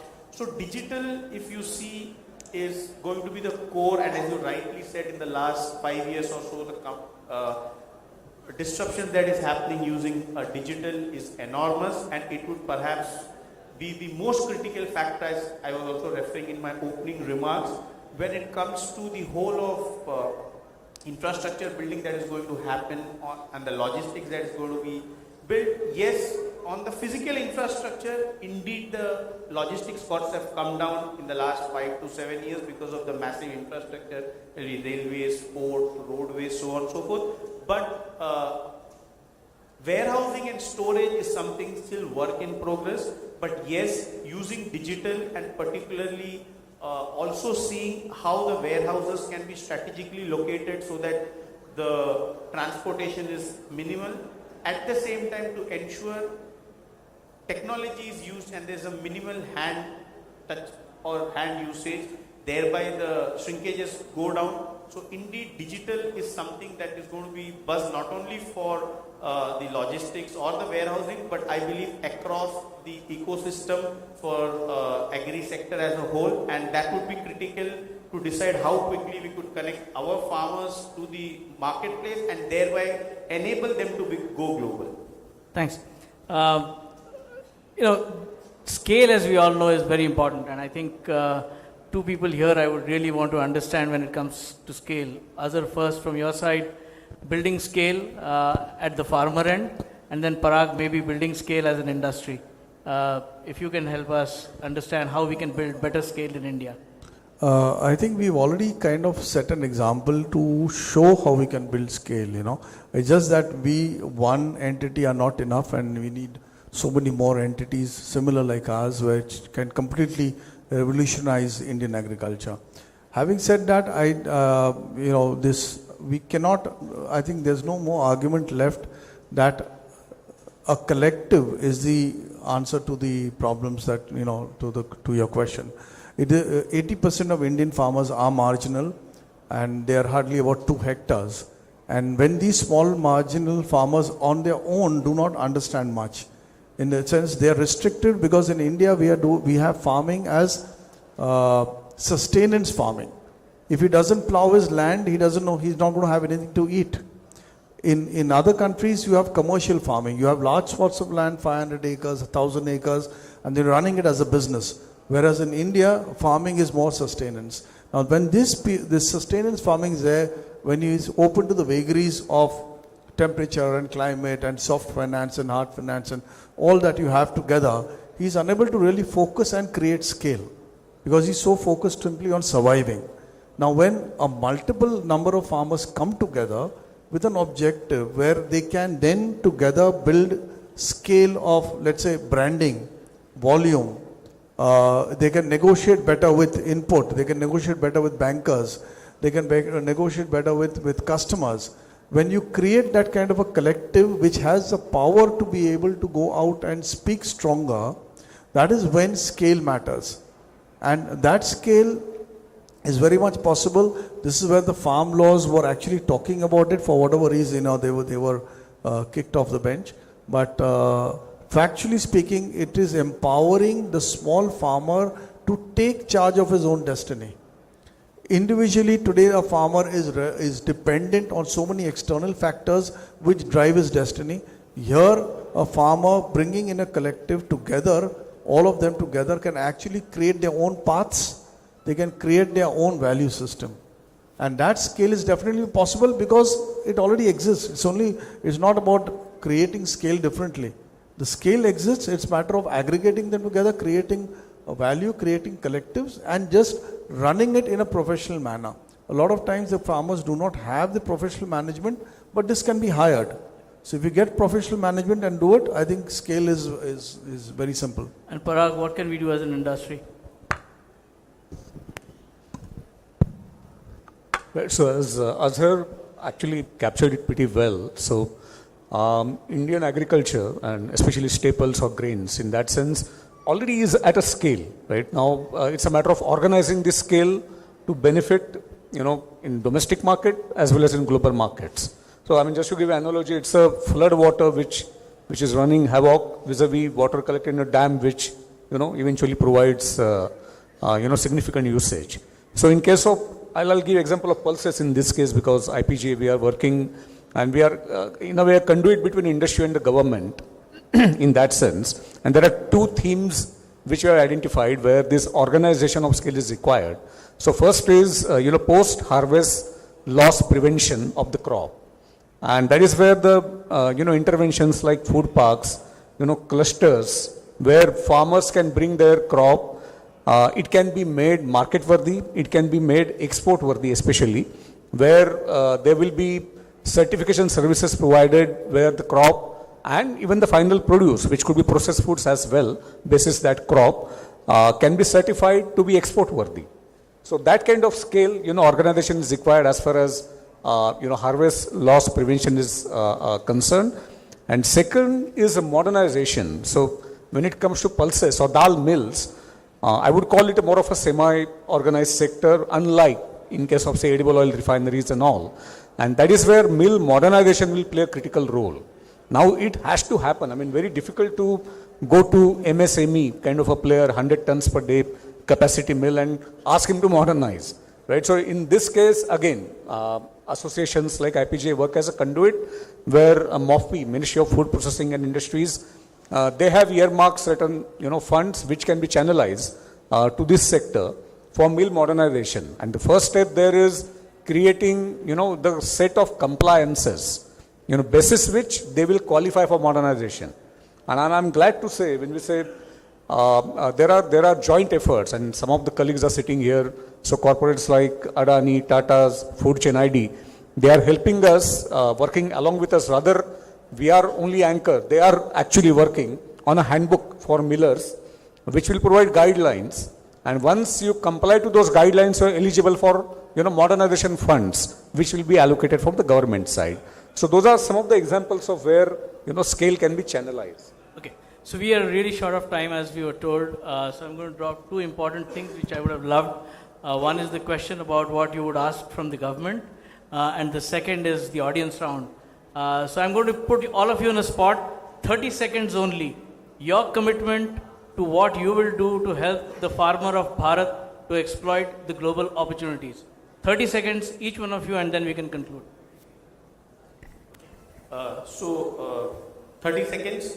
So I would say, as I said in the opening, Indian average farmer knows what he has to do. It is only give them the required support, give them the required technology, and enable them to become self-sufficient in terms of what they are doing, connect them to the market, they will rise to the occasion, I'm sure. And from the government perspective, we always have been discussing and deliberating this. No, only for you. So, Okay. so very cool. Next year we will see how many farmers we've enabled. Yes.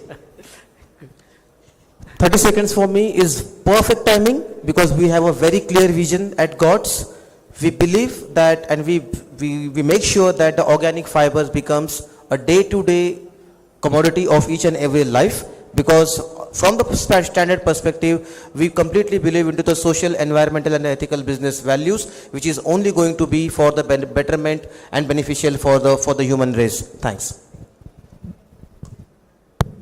I think related to import-export tariffs, government will have to have a clear window policy wherein they should follow, first of all, crop cycles and announce policy beforehand, at least for the year. For instance, wheat, export ban. At the same time, we have 44% import duty. I mean, these are absolutely diagonal contradictions, right? So there has to be some clarity beforehand, which will help not only trade, but eventually the farmer as well. And it will prevent sending wrong messages to farmers that we are stopping export not to bring the price down, but to feed our own, 1.4 billion population. Among the one of the projects which we eventually follow in Olamicry, one project which is relevant for this in 30 seconds, we are here to empanel FPOs out of Maharashtra and Karnataka to support them in selling their produce in pulses and wheat and rice for sure, and that is something which we can do across the nation and expose them to the opportunities in the global marketplace. Sorry. We are already on this path of connecting our growers to the global markets, and at the moment we have about 18,000 growers who are linked to us, and we help them with technology, with agri inputs, and all that is required to bring them to the marketplace. And our target is about 25,000 growers within our portfolio, and it's not only about growing standards but the entire chain. We often believe that a lot of solutions are being prepared which are more specific to a particular problem. But we believe if you want to be successful, you've got to have a clear chain and a link which kind of all the links are firing together. You cannot have only be addressing one particular problem. So so my commitment would be, to tell you that, we are achieving that, and we intend achieving a larger scale because we have got certain production capacities, and to optimize that, we need to reach about 25,000 growers. That's what we're doing. Thank you. There are two fools in every marketplace. One asks for too little and one asks for too much. Let's hope that the farmer of Bharat finds the right price and the right product as he exploits the global marketplace. Thank you, ladies and gentlemen. My panelists are here. They will answer many more questions during the lunch break. But thanks BCCI for a great session opportunity that you gave all of us. Thank you. Thank you very much, everyone, for the great insights. I request everyone to kindly be here for some time. There is a next very interesting and important session just for 10 minutes. It is end-to-end solution for water conservation, very important for farmers and everyone. I invite Director General Bombay Chamber, Sandeep Khoslaji, to kindly come upon the dais and felicitate the moderator, Mr. Mrigank Paranspe.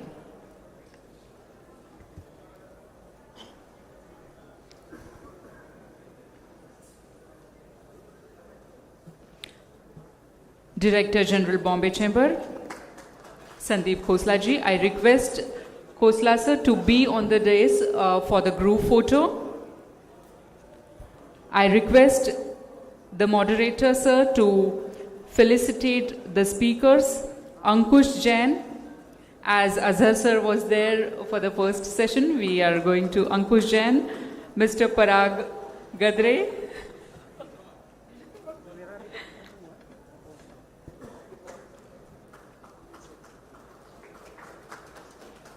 Mr. Ganesh Kasekar,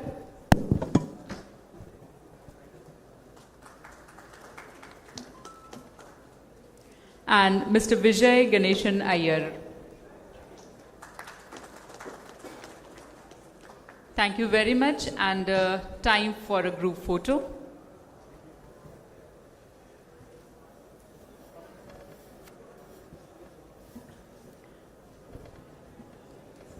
For the next presentation, I invite Ms. Kanika Pal, South Asia Sustainability Director, Hindustan Unilever Limited and Unilever South Asia. Ms. Kanika Pal, South Asia Sustainability Director, Hindustan Unilever Limited and Unilever South Asia. This is a very important session on end-to-end solution for water conservation.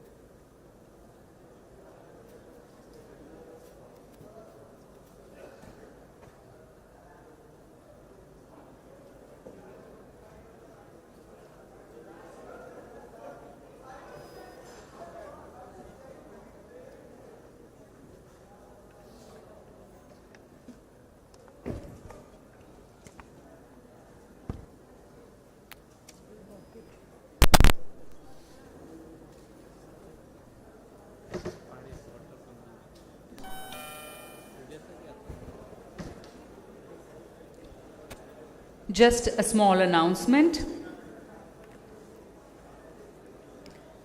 There is a buyer-seller lounge created at the exhibition hall.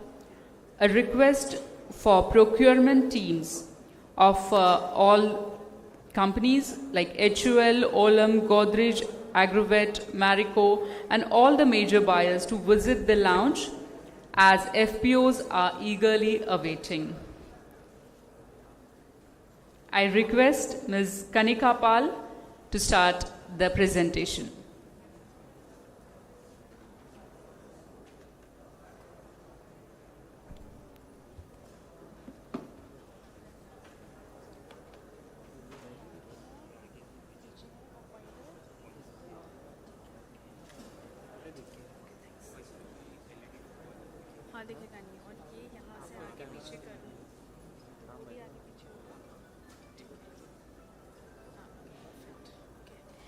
A very good afternoon to all of you.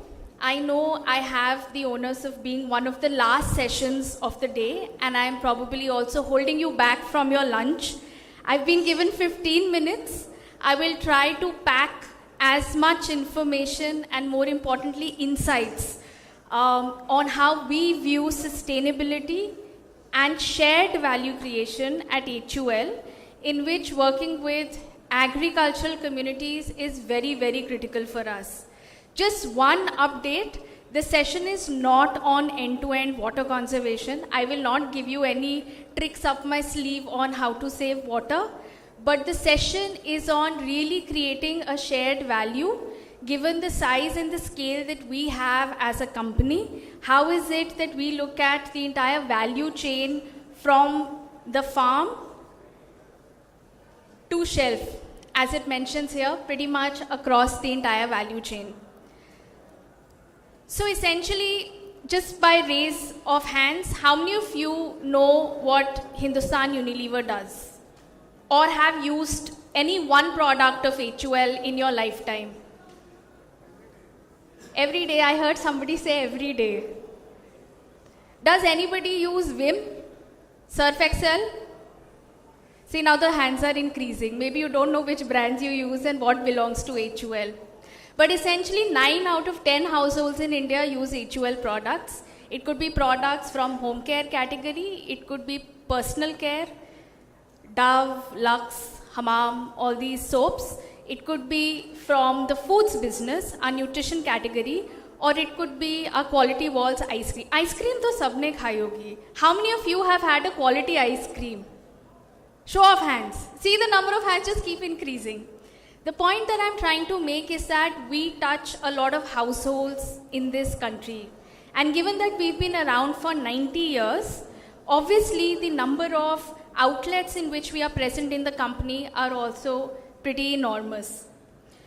As a company, what our purpose is to make sustainable living commonplace. And essentially through a lot of these products, we humanize sustainability. We make sure not only sustainability considered when we are looking at creating the products from an R&D lens, but also how we procure some of the products for making our last mile products, to how it is when the consumer uses it and the delivery of the products and end-to-end thinking is applied. Now that can't just happen from thin air. If I were a department in the organization and I had to run sustainability, then automatically I would be possibly driving a very, very hard task. But in our organization, there are 34 indicators across the company that every business to which it applies is responsible and accountable for.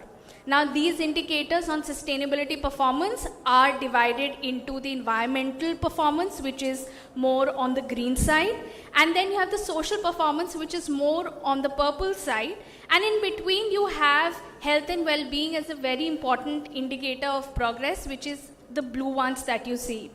I want to bring your attention to the second column in the green one, which is more on protect and regenerate nature. If you can't read, I will just tell you the top agenda items there.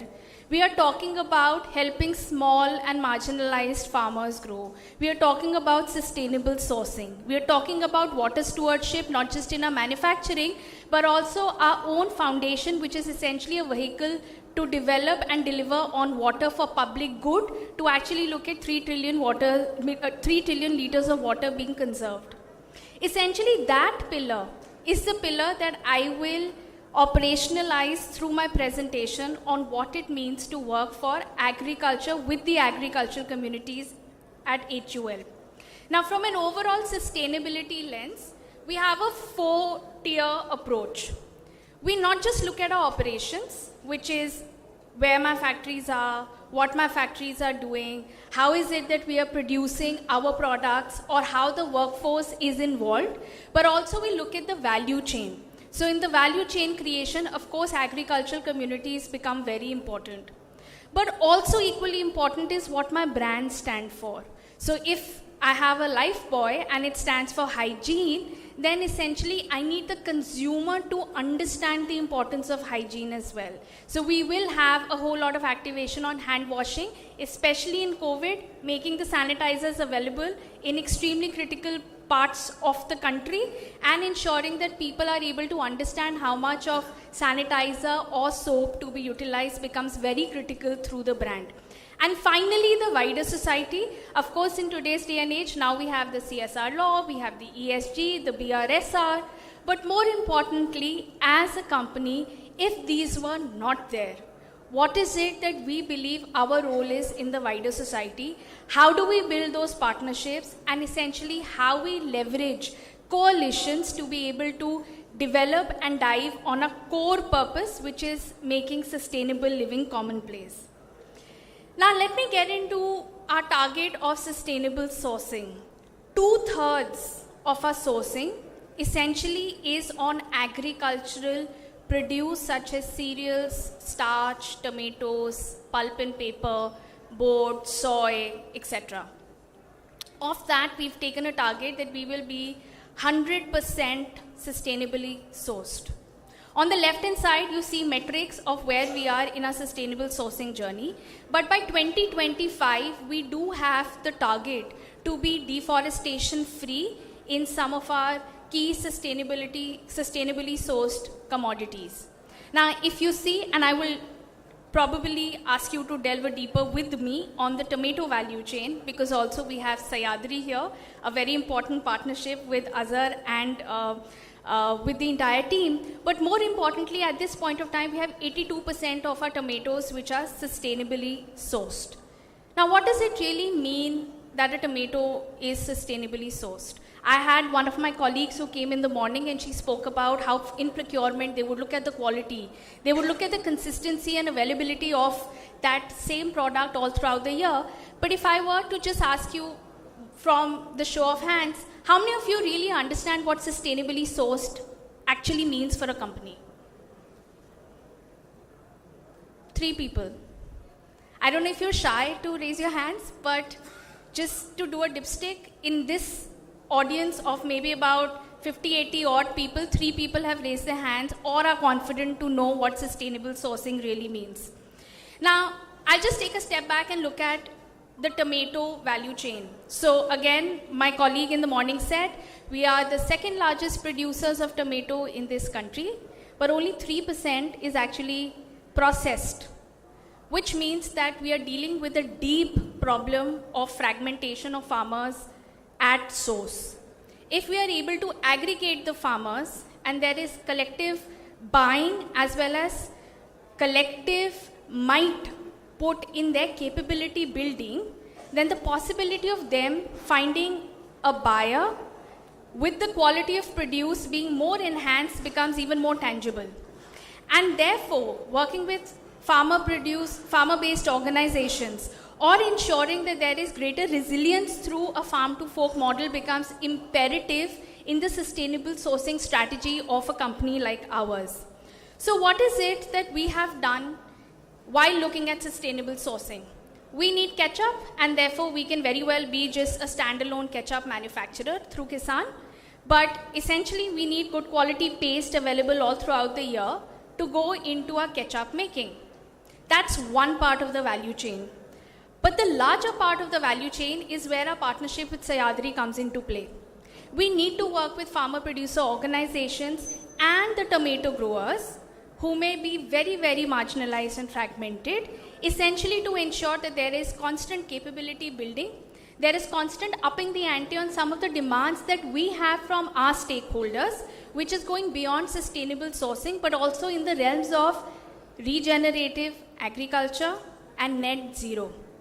Now, regenerative agriculture essentially means that we are constantly marrying soil protection, biodiversity, water availability, and income generation for the farmer all together constantly. And while doing that nexus, we make choices that help us to decarbonize our business in the value chain. The linkage between regenerative agriculture for any food business and going net zero is very, very critical. Now, as a company, we may understand that, but how do you make farmers in your value chain actually be able to deliver on that? For that, you will need to work with farmer producer organizations like Sahyadri or build many more of Sahyadris for that matter. So I will not dive into this chart, but actually play a video which gives you an end-to-end summary of what our Sahyadri model has been, how the partnership has really evolved, and how is it that we intend to scale it up next from Maharashtra to Bihar. I'll play the video now. Agriculture is the backbone of the Indian economy, contributing to almost 19% of the country's GDP and is the primary source of livelihood for about 58% of India's population. India is also the world's second largest tomato producer, but it faces many agricultural challenges. Less than 3% is processed, resulting in high post-harvest.